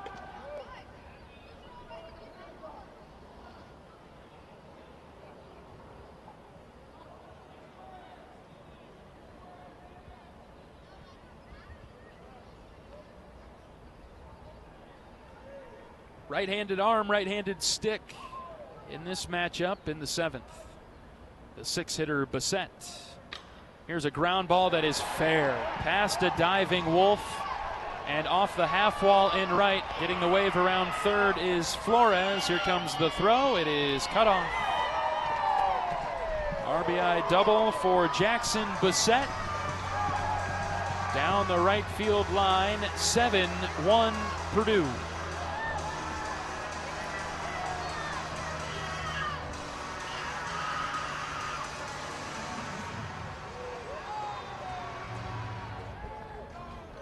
Nothing to be done there, just found its way through.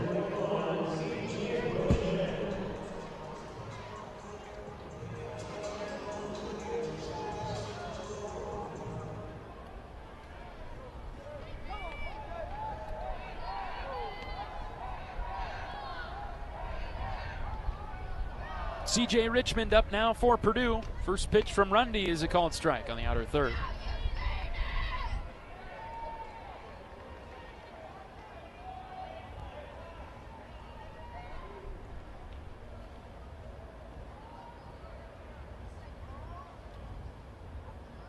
Runner at second and nobody out. The 0-1 pitch from Rundy hit in the air down the left field line. Over for Swales, but this is foul. 2 rows back. Out of play, 0-2. Rundy in the driver's seat.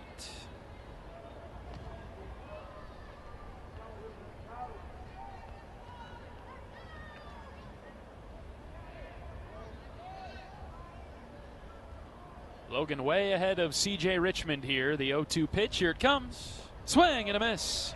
Change up by Rundy, and it got Richmond for the first out of the 7th.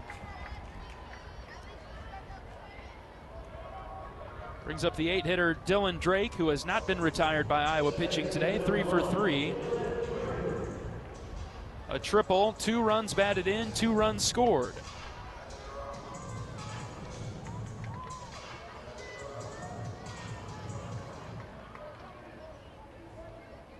Bassett at second base for Purdue in the bottom of the 7th. Iowa down 7-1. Rundy from the pelt, kicks and fires, a strike. Later on today in Omaha, Ohio State and Michigan in a losers final. Winner of that one will get Nebraska. Loser goes home in a rivalry matchup. Next pitch from Rundy is hit on the ground to the right side. Mitchell's got it. He throws it to first base. 2 down. Drake is finally retired for the first time today. Bassett advanced to third on the ground ball.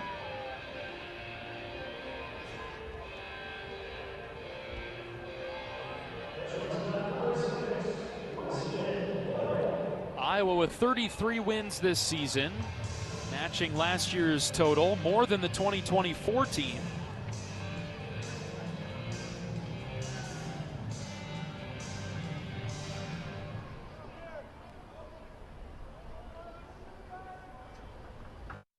Going to need a heck of a comeback here today to keep the season alive.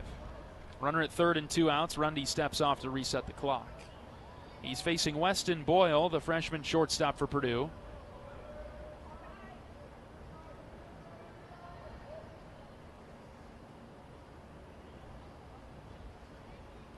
Two gone in the Boiler 7th.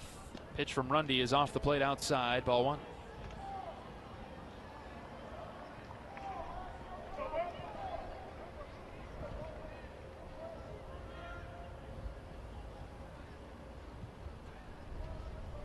Infield playing very deep against Boyle. The 1-0 pitch. Sliced in the air to right center. Strohmeyer, the right fielder, is underneath it. He makes the catch for the 3rd out. Back-to-back hits to start the inning produce a run for Purdue. An RBI double from Jackson Bassett. Iowa trails 7-1 as we head to the 8th. This is Hawkeye baseball from Learfield. If you or someone you know is having thoughts of suicide, experiencing a mental health or substance use crisis, or just needs someone to listen, 988 provides a direct connection to free, confidential, and compassionate support.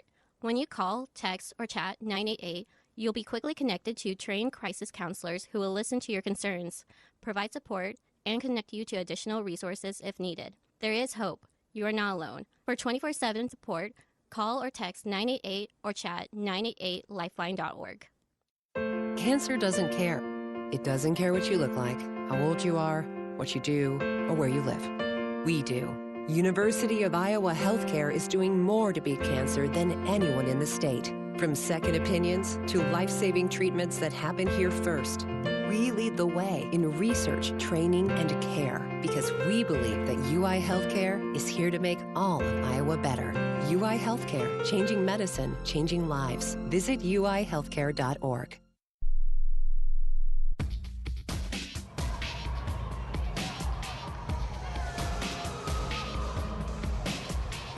Mitchell, Risley, and Wolf due up for Iowa as we move to the top of the 8th. Iowa down 7-1.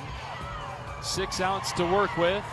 Need to find a way back into this one to keep the season alive. An elimination game against Purdue. The Boilers have been good today. Purdue started the week with a loss on Tuesday morning to Michigan State, the 12 seed. An 8-4 win for the Spartans.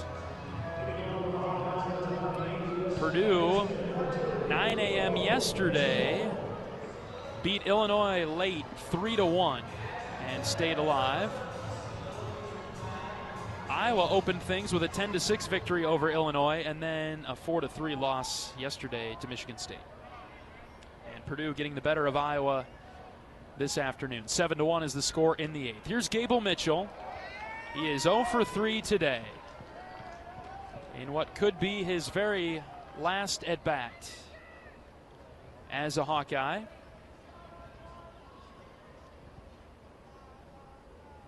No balls and a strike. Mitchell takes down and away 1-1.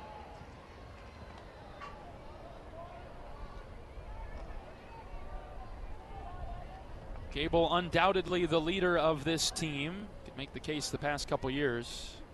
1-1 pitch to Mitchell. He goes to bunt, pulled it back, and takes strike 2.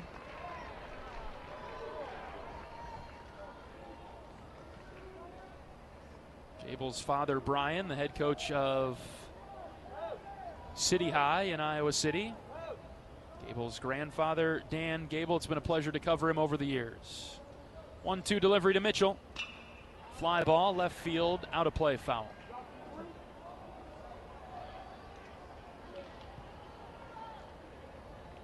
Would like to see Gable get on base late in this one. Iowa down 7-1. Jarvis Evans pitching for Purdue. He gets back on the rubber. And the southpaw is ready to pitch to Mitchell. Has 2 flyouts and a ground out today. Ball and 2 strikes. Here's the next one to Gable. Outside, 2-2, good discipline. Mitchell was leaning.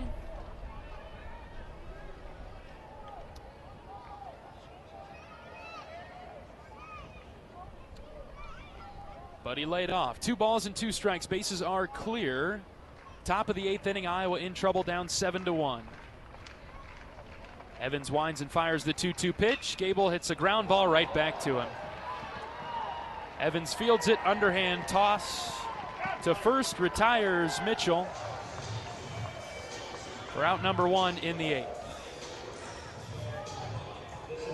Gable destroyed 3 balls today, and they all found Purdue defenders.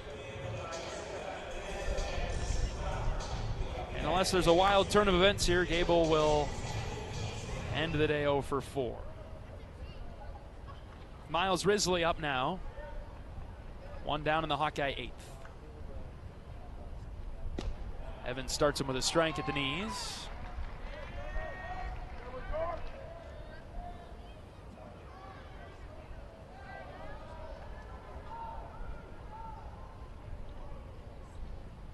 Miles, another senior for Iowa, as he takes a pitch high, 1-1.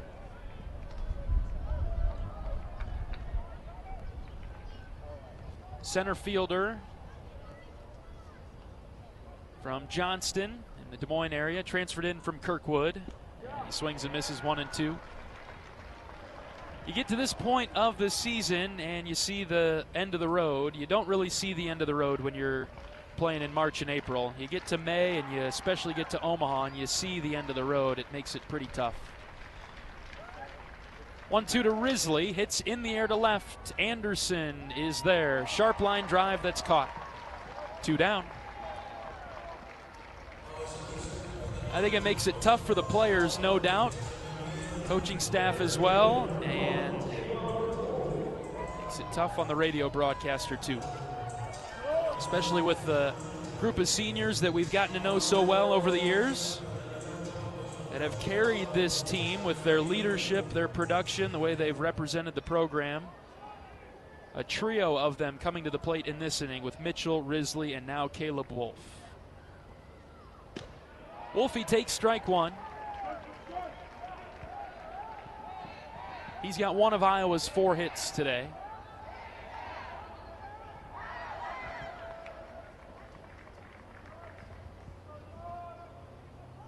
And the 0-1 to Caleb.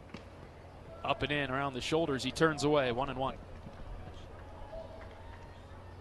Was talking with Scott Beatty of Illinois yesterday, their fine radio broadcaster, as he was leaving after the Illini were eliminated by the Boilers.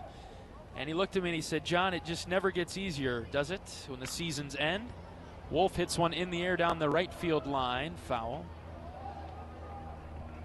And that was before Iowa got beat by Michigan State. I wasn't spending a lot of time thinking about Iowa's season coming to an end today. I was quite optimistic that the Hawkeyes were going to beat Michigan State yesterday, but that was not the case. But Scott is right. Whether it's year 4 for me or year 40 for some other broadcasters around college sports, it never does get any easier having to say goodbye to a a season. 1-2 to Wolf. Line drive, base hit. How about another one for Caleb? Sharp liner to left. He has opened things up and has found that opposite field. And he's on for the second time today, bringing up Jackson Frost.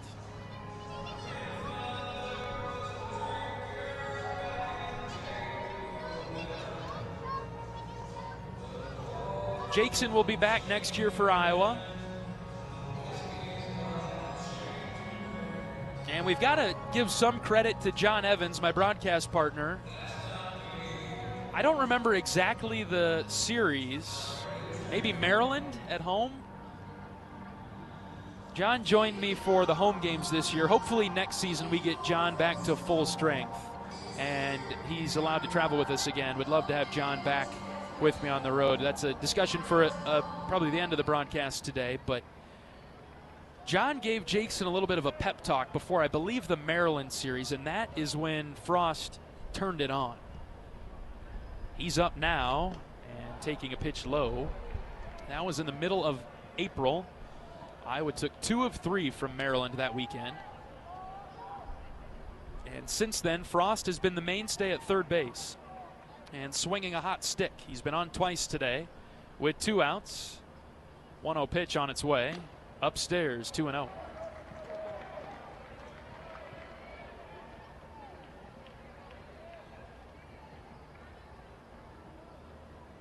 Time called by the catcher, Jackson Bissett. He will lift his catcher's lid up to his forehead and jog out to the mound, talk to his pitcher. Purdue with an RPI of 56. This win, if they get it, if they hold on, will give them a few points. A win tomorrow over UCLA would really help the Boilers out. They almost have to have it in terms of making the NCAA tournament.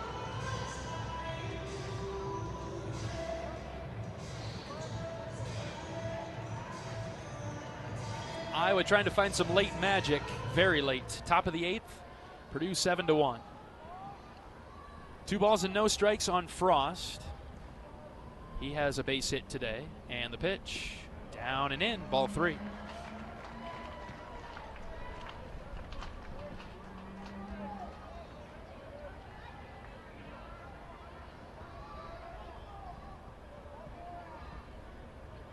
Wolf with a short lead at first base, he just singled. 3-0 pitch to Frost, inside corner, 3-1.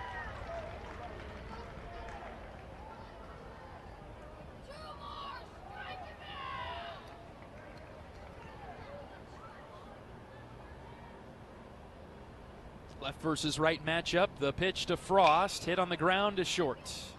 Played off to the side by Boyle. He'll flip it to Drake at the bag, covering second base for the force. That'll do it for the top of the 8th inning. No runs on 1 hit for the Hawkeyes. And we'll go to the bottom of the 8th, 7-1. Purdue with the lead, the top of the Boiler order coming up when we return on the Hawkeye Radio Network from Learfield.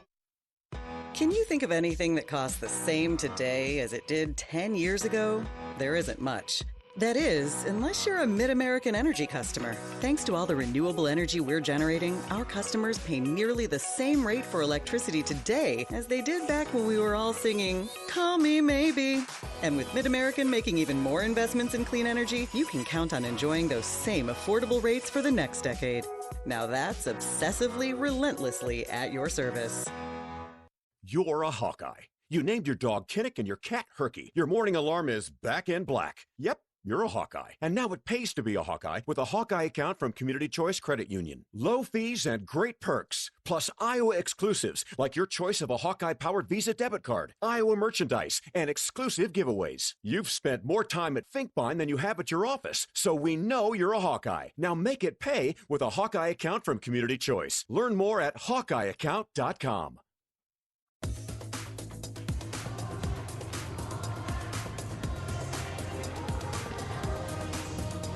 Bottom of the 8th inning coming up in Omaha. Purdue 7, Iowa 1 in the elimination game this afternoon. Purdue coming to the plate with the top of its order, Anderson, Rogers, and Manius. Logan Rundy has thrown his final warm-up pitch. Max Burt sends it down to second, and we're ready to roll in the 8th. Later on tonight, Ohio State and Michigan. Winner moving on to play Nebraska. Loser going home in that one.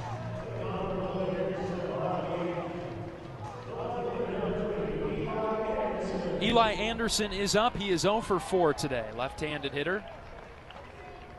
Facing Logan Rundy. Rundy pitches downstairs for ball 1. Logan has thrown an inning and a third for Iowa today. 2 hits, 1 run, 1 strikeout, no walks. Wrapping up his career.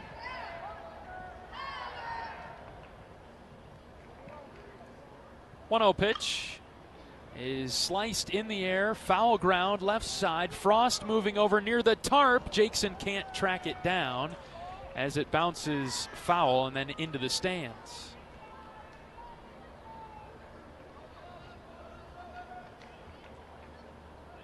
Great effort and hustle by Frost to try and get there. A lot of foul ground at this ballpark.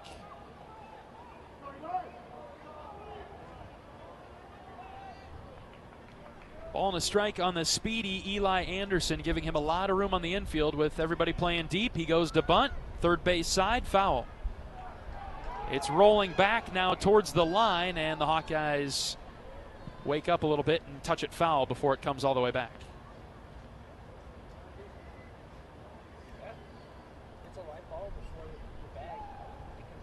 And now it'll be 1-2.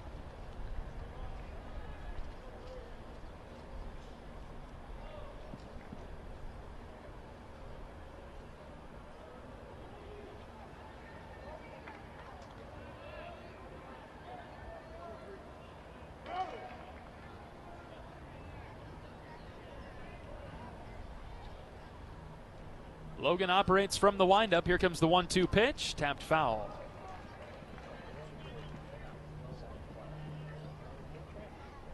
Hawkeyes will return their top handful of pitchers from this season on to next year. Kyle Olivo, Maddox Freeze, Jaron Bleeker all stepped up. Pitched significant innings for the Hawkeyes. Here's a line drive base hit into left.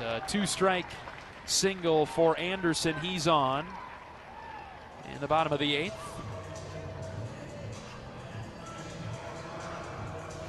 Iowa will lose Logan Rundy, Joe Husak, Justin Hackett, and Gannon Archer to graduation. Should have Brody Earlbeck back. He was injured before this season, lost him for the whole year. Earlbeck supposed to be a weekend starter. He was a freshman and had to redshirt this year. So we should have Brody back, good to go. As Rogers is up now for Purdue, showing the bunt up 7-1 in the 8th.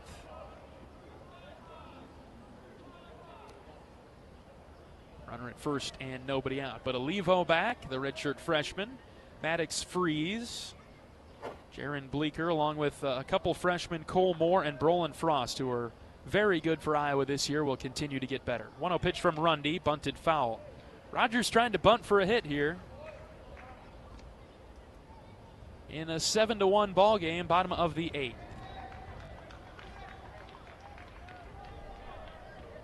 Tyler Guerin, another big piece of this Iowa pitching staff. And we'll continue to watch the development of Nick Terhar, Brady Ferguson, Carter Wilcox, along with Bo Leisure, Tate Slegel, and Nick Heitman. Here is a bunt, first base side, picked up by Burt, thrown to first down the right field line. Mitchell picks it up and quickly throws it over to third, where Frost knocks it down. Anderson has to stay at second.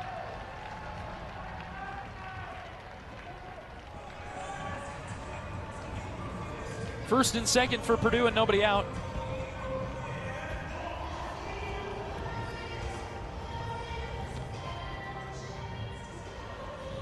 Third bunt hit of the day for the Boilers. Offensive side of things, Iowa will get Carter Geffrey back, who started the season on the bench, and then was able to come back and play for a little bit. Got hurt at the Indiana series, was lost for the rest of the season. 7-1 in the bottom of the 8th. Rundy pitching, and a line drive into right for a base hit. Strohmeyer picks it up. The bases will be loaded for Purdue, with Avery Moore coming up, and he is the winning run. Iowa loses a big core with Caleb Wolf, Gable Mitchell, Miles Risley, Cooper Schulte, all graduating. Also Matt Delgado and Joey Narrett. Returners Ben Swales, Jackson Frost, Max Burt, Kellen Strohmeyer. We'll see Brett White.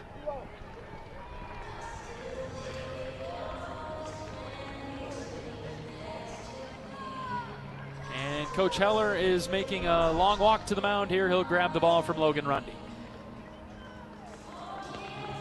New pitcher coming in for Iowa. We will introduce him after the pitching change break. Purdue has the bases loaded. Nobody out in the bottom of the 8th. 7-1. Boilers with the lead. Back after this pitching change break. This is Hawkeye Baseball from Learfield.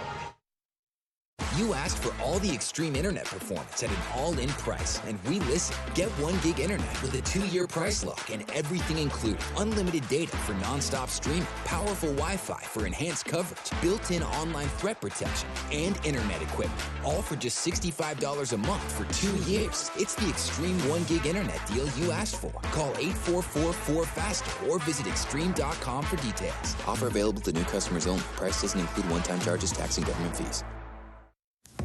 Our mission at Oak Knoll is to provide exceptional retirement living and health services through Life Care.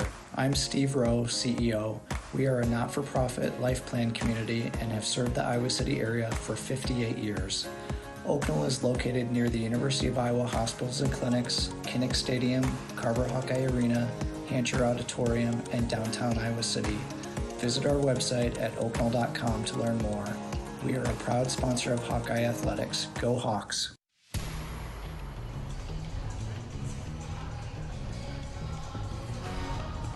Purdue 7, Iowa 1 in the bottom of the 8th. The Boilers batting with the bases loaded and nobody out. The hitter will be Avery Moore. He'll be facing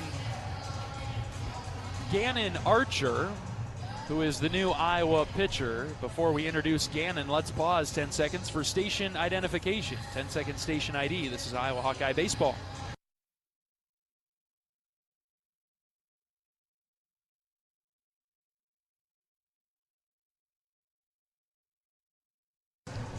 Archer, a right-handed senior from Adel, started his career at Kirkwood, wrapping things up over the past few years with Iowa. 17th appearance of the season for Gannon, a 9.24 ERA. He's thrown 12 2/3 innings this year. And he will come in the bottom of the 8th. The bases loaded for the Boilers, and nobody out. Winning run at the plate. It's Avery Moore.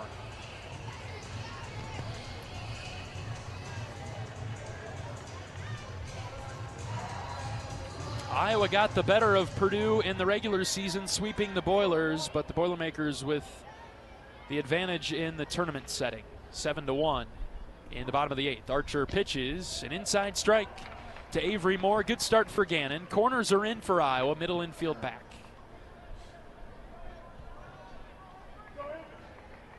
Right versus right matchup as Archer comes set, working from the middle of the rubber. High leg kick, the 0-1. Fouled back to the pad, 0-2.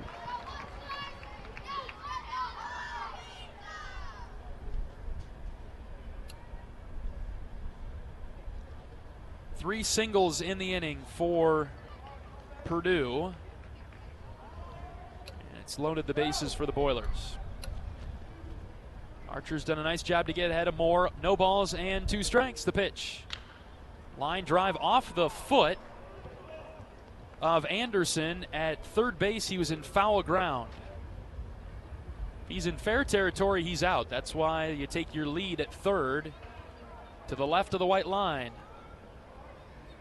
Must not have been able to get out of the way of that one, I guess. Didn't try too hard. 0-2. Count remains as Archer comes set And he grips it and rips it. Fastball just low and out. Good spot from Archer.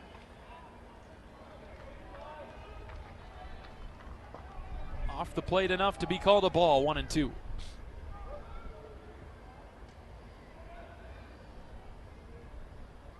Gannon has the sign that he likes, and he comes set. The 1-2 pitch is hit in the air to right. A sinking line drive right to Strohmeyer, who makes the catch.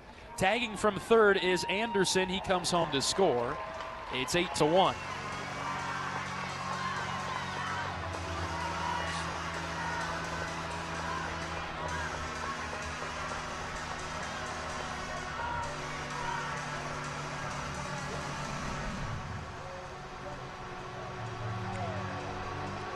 Runners at the corners now for Purdue as Rogers moved from second to third on that fly ball. And Sam Flores coming up. He's been on twice. 8-1 Purdue in the 8th.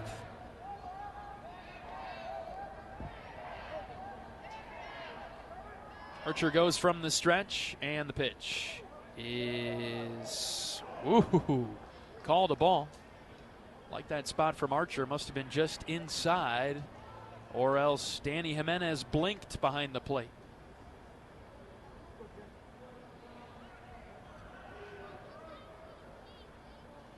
.1-0 from Archer is hit on the ground up the middle. Schulte fields it. He steps on second base and then throws it smoothly over to first for the double play. 6-3 double play turned by Schulte. And we'll go to the 9th. Purdue 8, Iowa 1. Last 3 outs of the season upcoming for the Hawkeyes. We're back in 60 seconds on the Hawkeye Radio Network from Learfield. Whether they roll the dough or pour the joe, bake the bread or greet instead, your team goes the extra mile, and they deserve healthy eyes and a healthy smile. For plans that cover businesses of all sizes, Delta Dental customizes. With employer costs as low as $0, you can offer benefits and be a hero. Affordable coverage is a click away. Visit deltadentalia.com today. Hey everyone, David Kahn here. It's time to play ball. The 2026 season is upon us, and the best way to get in the game is by listening to College Sports Now's official baseball podcast, Dugouts, Dumbbells, and Dingers. Each week, we'll have exclusive interviews with players and coaches that take you inside the locker room as we unpack the top stories of teams all across the country. We're delivering our best fastball, so step into the batter's box and tee us up. Available wherever you podcast on the College Sports Now feed or on YouTube. Just search Dugouts, Dumbbells, and Dingers.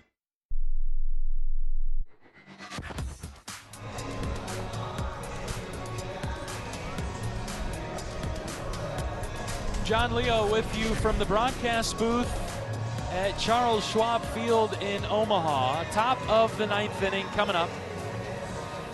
Iowa trailing Purdue in the elimination game 8-1. And the lights are dimming on the Iowa season, which has been, in my opinion, one of Coach Heller's better coaching jobs in his 13-year career at Iowa. He took a young team with a lot of inexperience on the mound with the help of his staff, associate head coach Marty Sutherland, pitching coach Wes Obermueller, assistant coach Dave Pearson, further assistants Travis Mueller and Casey Soley, along with Merrick Matthews and Ty Plummer. That group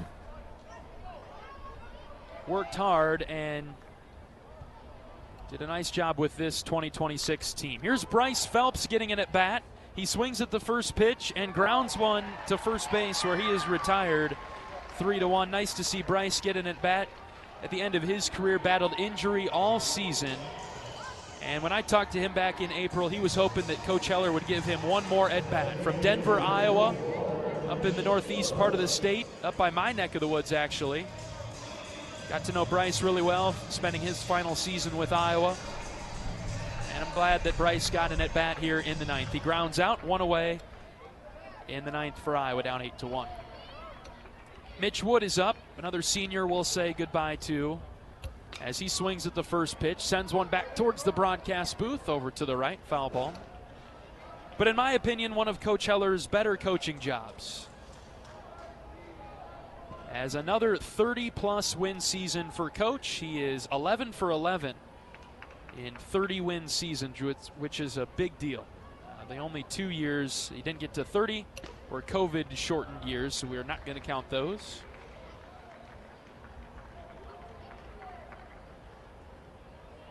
Ball and a strike on Mitch.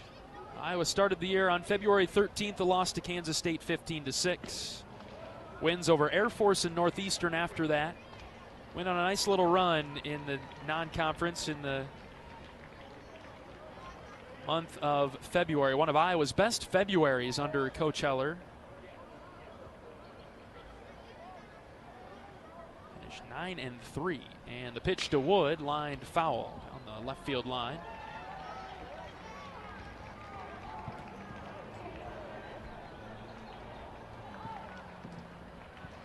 Iowa got off to a tough start.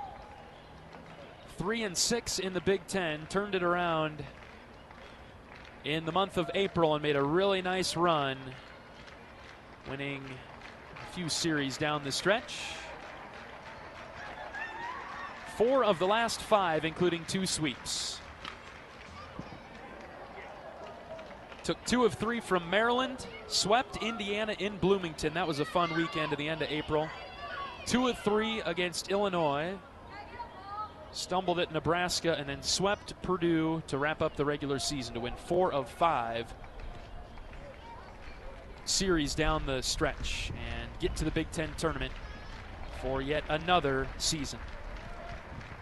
2 balls and 2 strikes with 1 out, bases clear to Mitch Wood. Here's the next one. Wood sends one in the air deep to center. Rogers sprinting back, and in front of the track, he makes the catch for the second out. Wood drove it deep to center. Well struck by Mitch, but he's out number 2. And Iowa is down to its final out.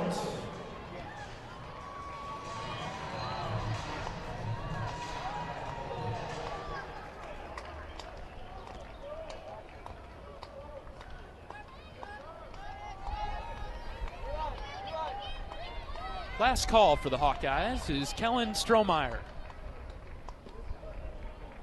Evans serves one outside for a ball.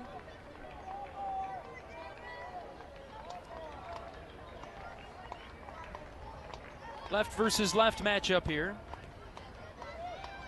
And the 1-0 is in there for a strike.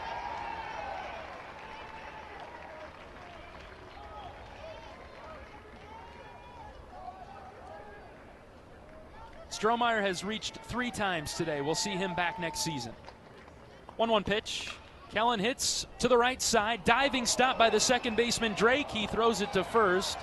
A bouncer to Manius as he tried to get it quickly out of the glove. Strohmeyer will beat it out. 3rd hit of the day for Kellen. And the inning will continue.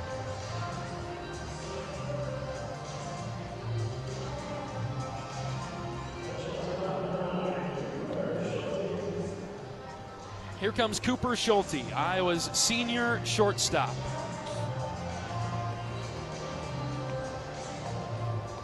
Certainly going to miss Cooper.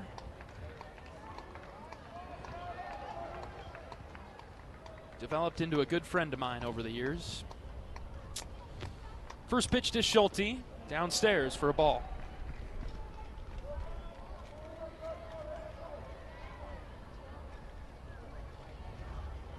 (8-1) Purdue in the 9th. Last call for the Hawkeyes with 2 outs. 1-0 pitch is lined into left. Anderson is there, and he makes the catch for the final out. And the game is over. Purdue 8 and Iowa 1 as the Hawkeyes fall in the elimination game today. And the season has come to a close for the Hawkeyes, wrapping up at 33-23 this season.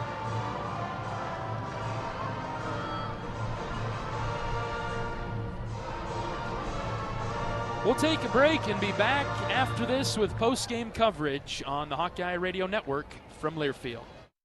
Save time when you shop online with Hy-Vee. Hy-Vee makes it easy to order groceries online through our app or Hy-Vee.com. Pickup is always free. And if you have a Perks Plus membership, you get free delivery and free express pickup. Shop online with Hy-Vee and you can create and save grocery lists, shop the sales, and get fuel savers. Talk about convenience. Order groceries online today. Check out Hy-Vee.com or download the Hy-Vee app. Imagine someone hiding a gambling problem. How exhausting it must be.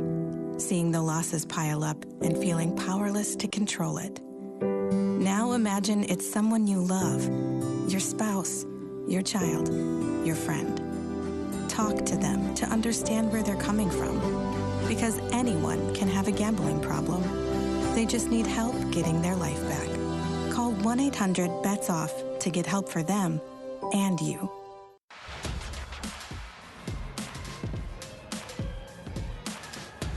Purdue stays alive with an 8-1 win over Iowa in the Big Ten tournament in Omaha, and the Hawkeyes are eliminated. The season coming to an end with a 33-23 record. Jarvis Evans gets the win for Purdue. Brolin Frost takes the loss for the Hawkeyes today. Purdue with 8 runs on 10 hits, 9 left on, 2 errors committed by the Boilers. Iowa with 1 run, 6 hits, 8 left on, and no errors for the Hawkeyes. Iowa just ran out of steam in Omaha after finishing the season with 4 out of 5 series wins, including an exciting sweep over Purdue in Des Moines to wrap up the regular season, and a come-from-behind win over Illinois on Tuesday to start this tournament. A gut punch of a loss yesterday to Michigan State, and Iowa runs out of steam with Purdue winning the elimination game today 8-1. We'll take a break, and our post-game coverage will continue after this on the Hawkeye Radio Network from Learfield.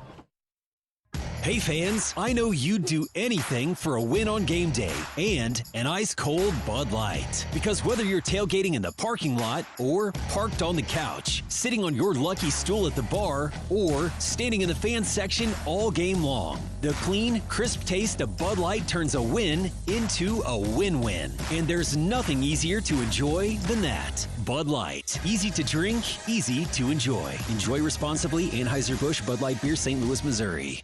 You're a Hawkeye. You named your dog Kinnick and your cat Herky. Your morning alarm is back in black. Yep, you're a Hawkeye. And now it pays to be a Hawkeye with a Hawkeye account from Community Choice Credit Union. Low fees and great perks. Plus Iowa exclusives like your choice of a Hawkeye-powered Visa debit card, Iowa merchandise, and exclusive giveaways. You've spent more time at Finkbine than you have at your office, so we know you're a Hawkeye. Now make it pay with a Hawkeye account from Community Choice. Learn more at HawkeyeAccount.com.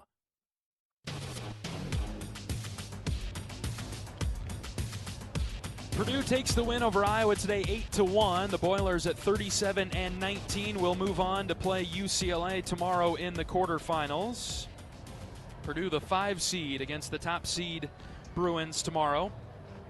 Ohio State and Michigan coming up in about 45 minutes as they take over the dugouts now down below us in a rivalry matchup. That's an elimination game as well. The winner of that one will take on Nebraska. The other matchups, USC and Michigan State, Oregon and Washington. The path for Iowa at the Big Ten tournament comes to a close as Iowa has reached the end of the road in the double elimination bracket, going 1-2, winning the opener 10-6 over Illinois in the 8-9 game and losing to Michigan State in the winners final 4-3 before falling today to Purdue 8-1.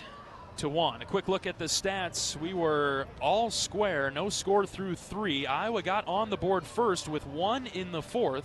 Purdue answered right away with 3 in the bottom half of the 4th inning, added 3 more in the 6th, 1 in the 7th, 1 in the 8th to win the game 8-1. Austin Klug started for Purdue, went 4 2/3, gave up 3 hits, 1 unearned run.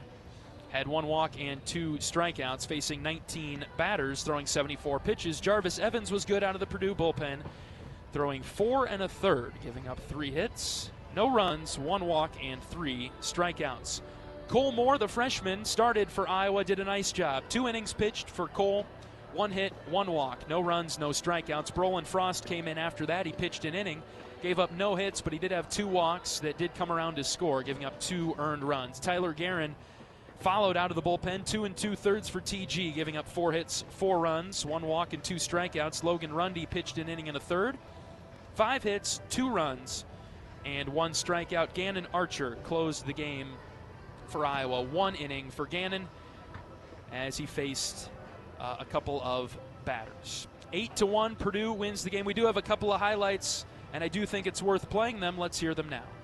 And get some scoring going in this one. 2 balls and 2 strikes. The pitch to Frost. Line drive. Base hit into left. Coach Pearson giving Risley the wave around third. Here he comes. He'll score. Frost winds up at second on the throw. And the pitch. Ground ball to Mitchell at second. He flips it to the bag. Schulte's there for 1. Over to first. Double play. Got it when we had to have it.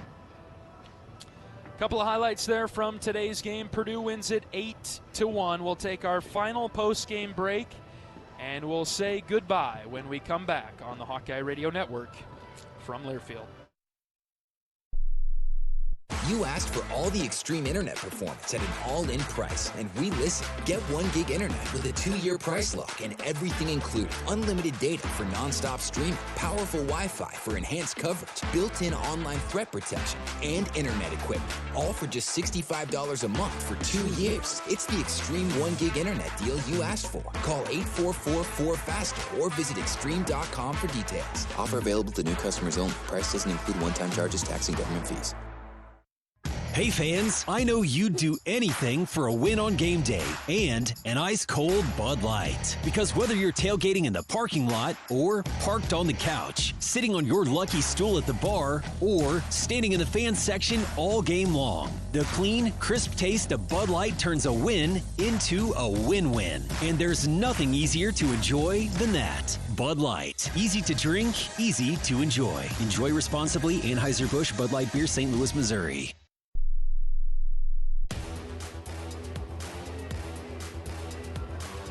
John Leo from the broadcast booth at Charles Schwab Field in Omaha. Purdue wins the elimination game over Iowa today, 8-1. Iowa's season ends at 33-23. Today's game started at 2:03 Central Time, finished at 5:07, therefore taking 3 hours and 4 minutes to complete under cloudy skies with 60-degree temperatures and the winds blowing in today from center field. It was a cool week all the whole time in Omaha, and it felt like most of the season. Iowa just didn't have very many games played in baseball weather this season. Purdue wins it 8-1 today, and that will conclude Iowa's 2026 baseball season. It was a slow start for Iowa in Big Ten play, but turned it on after a weekend series at USC where the Hawkeyes were swept.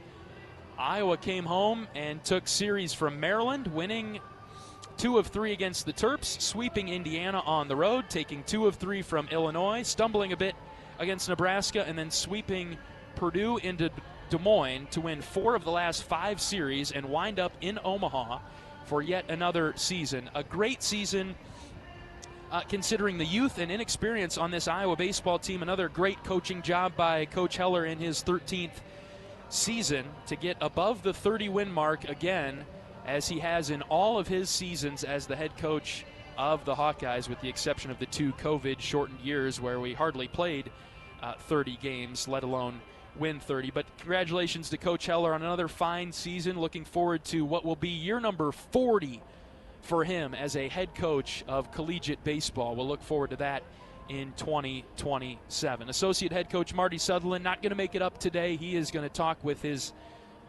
guys that we unfortunately have to say goodbye to at some point today. And don't blame Coach Sutherland one bit. He's built the relationship with a lot of those players that have been with him for quite some time. You think about guys like Gable Mitchell, who have played for Iowa for 4 or 5 years, but Coach Sutherland and Coach Heller have been talking to Gable for 8 to 10 years in the recruiting process, and so you think about how those relationships are built and fostered over the years, and Coach Heller and Coach Sutherland doing a great job bringing in good talent, of course, but great kids, great guys. And this year was no exception, as we say so long to a great senior class of Gable Mitchell, Caleb Wolf, Miles Risley, Joey Narrett, Cooper Schulte, Mitch Wood, Matt Delgado, Bryce Phelps, and then on the pitching side of things, Logan Rundy, Joe Husak, Justin Hackett, and Gannon Archer, all contributing forces on this Iowa baseball team this season. And now it's time for us to say goodbye to the coaching staff. A great run this year, another year in the books on the Hawkeye Radio Network. Thank you to Coach Heller, who places such an important value, important presence to have a radio presence, I should say, for his program. And I'm honored that it's myself and John Evans that get to carry out that responsibility to bring the game to you, the audience, the Hawkeye fans that support this program so dearly. And we look forward to being back together, John and I, in 2027 for year 5, and hopefully more fist bumps to come with myself and John. Associate head coach Marty Sutherland, always great to us, and to give his time on his way up into the broadcast booth, no matter where we're at. Really appreciate him and the rest of the coaching staff. Special thank you to Director of Operations Nick Ungs, who takes outstanding care of us. Directors of Operations, they've got a tough job. You only seem like you notice them when something goes wrong, whether it comes with hotels or travels. But Nick takes outstanding care of us, and we really appreciate everything that he does for us. So special thank you to Nick. Our communications efforts led by Sam Bosler and Sydney Weber this season. Special thank you to them, along with Sammy Diaz on the social media side of things. Eli Bosler was with us the past couple of weeks in Des Moines and here in Omaha. As it's time for us to say so long on the Hawkeye Radio Network, Michael Tackett, my A1 go-to producer down the line. We've had Morgan, we've had several other board ops that have helped us along the way. Michael he's my guy. I like when Michael gets done with basketball season so that we get Mr. Tackett down the line. I tell you what, Michael, I know you can hear this down the line. Oscars on me sometime this summer in Jefferson City. How does that sound? That sound good? John Evans, my broadcast partner, he was at home games only this year. Hope to get him back for all games next year. And not just for the quality of the broadcast that he helps provide, but also a good friend of mine that helps keep me sane on the road when we're going through the season. And to our outstanding audience and fans, thank you for being along with us the entire season. As a lifelong Hawkeye myself, it is an honor and, quite frankly, a blessing to be able to do this and wrap up year 4 on the Hawkeye Radio Network. And your words and your support mean a lot, and it transfers down to the program. Coach Heller is so pleased to hear from the fans that send me messages, that send John messages. We like to relay that on to Coach Heller, and it's fun because we'll get a few messages throughout the season and go down and tell Coach, hey, we heard from so-and-so today on our broadcast, and the way that makes Coach light up. And we had an instance earlier this year where Coach had said he hadn't heard from a particular individual in a few years, but was happy to hear that they had the game tuned in while we were out at USC. So to our great fans, all of you that listen, whether it's just one game or all the games, your support means the world to John and I on the Hawkeye Radio Network. And as my good friend Scott from Illinois said yesterday, it never gets easier. As year 4 comes to a close for myself, as Iowa's baseball radio voice, it does not get easier. It's tough to say goodbye after 56 games. We have to say goodbye now. And soon enough, it will be baseball time for the Hawkeyes in 2027, coming up in February. Summer will fly by, fall will come and go, and we will be ready for Iowa baseball in 2027, the next time we talk to you on the Hawkeye Radio Network. All right, that'll do it for our coverage of Iowa Hawkeye baseball this season in 2026. Purdue wins this game today, 8-1 over Iowa, ending the season for the Hawkeyes at 33-23. For the final time of the season, I'm John Leo saying so long from Charles Schwab Field in Omaha, where every day is a great day to be a Hawkeye, but some are just a little bit better than others. So long, everybody. Iowa Hawkeye Baseball has been brought to you by Iowa Corn. You might think Iowa just grows corn, but the truth is corn grows Iowa. Brought to you by Iowa's corn farmers of the Iowa Corn Growers Association and the Iowa Corn Promotion Board. Iowa Lottery. Be a VIP with the Iowa Lottery. Visit ialottery.com/VIP for details. Mid-American Energy. Mid-American Energy is proud to deliver affordable, reliable energy to you all season long. U.S. Cellular, the official wireless partner of the Iowa Hawkeyes. U.S. Cellular, built for us. Also brought to you by Wellmark, here for every member, every moment. Learn more at wellmark.com. U.S. Bank, proud to sponsor the Iowa Hawkeyes. Equal housing lender, member FDIC. The preceding has been a Learfield presentation on the Hawkeye Sports Network.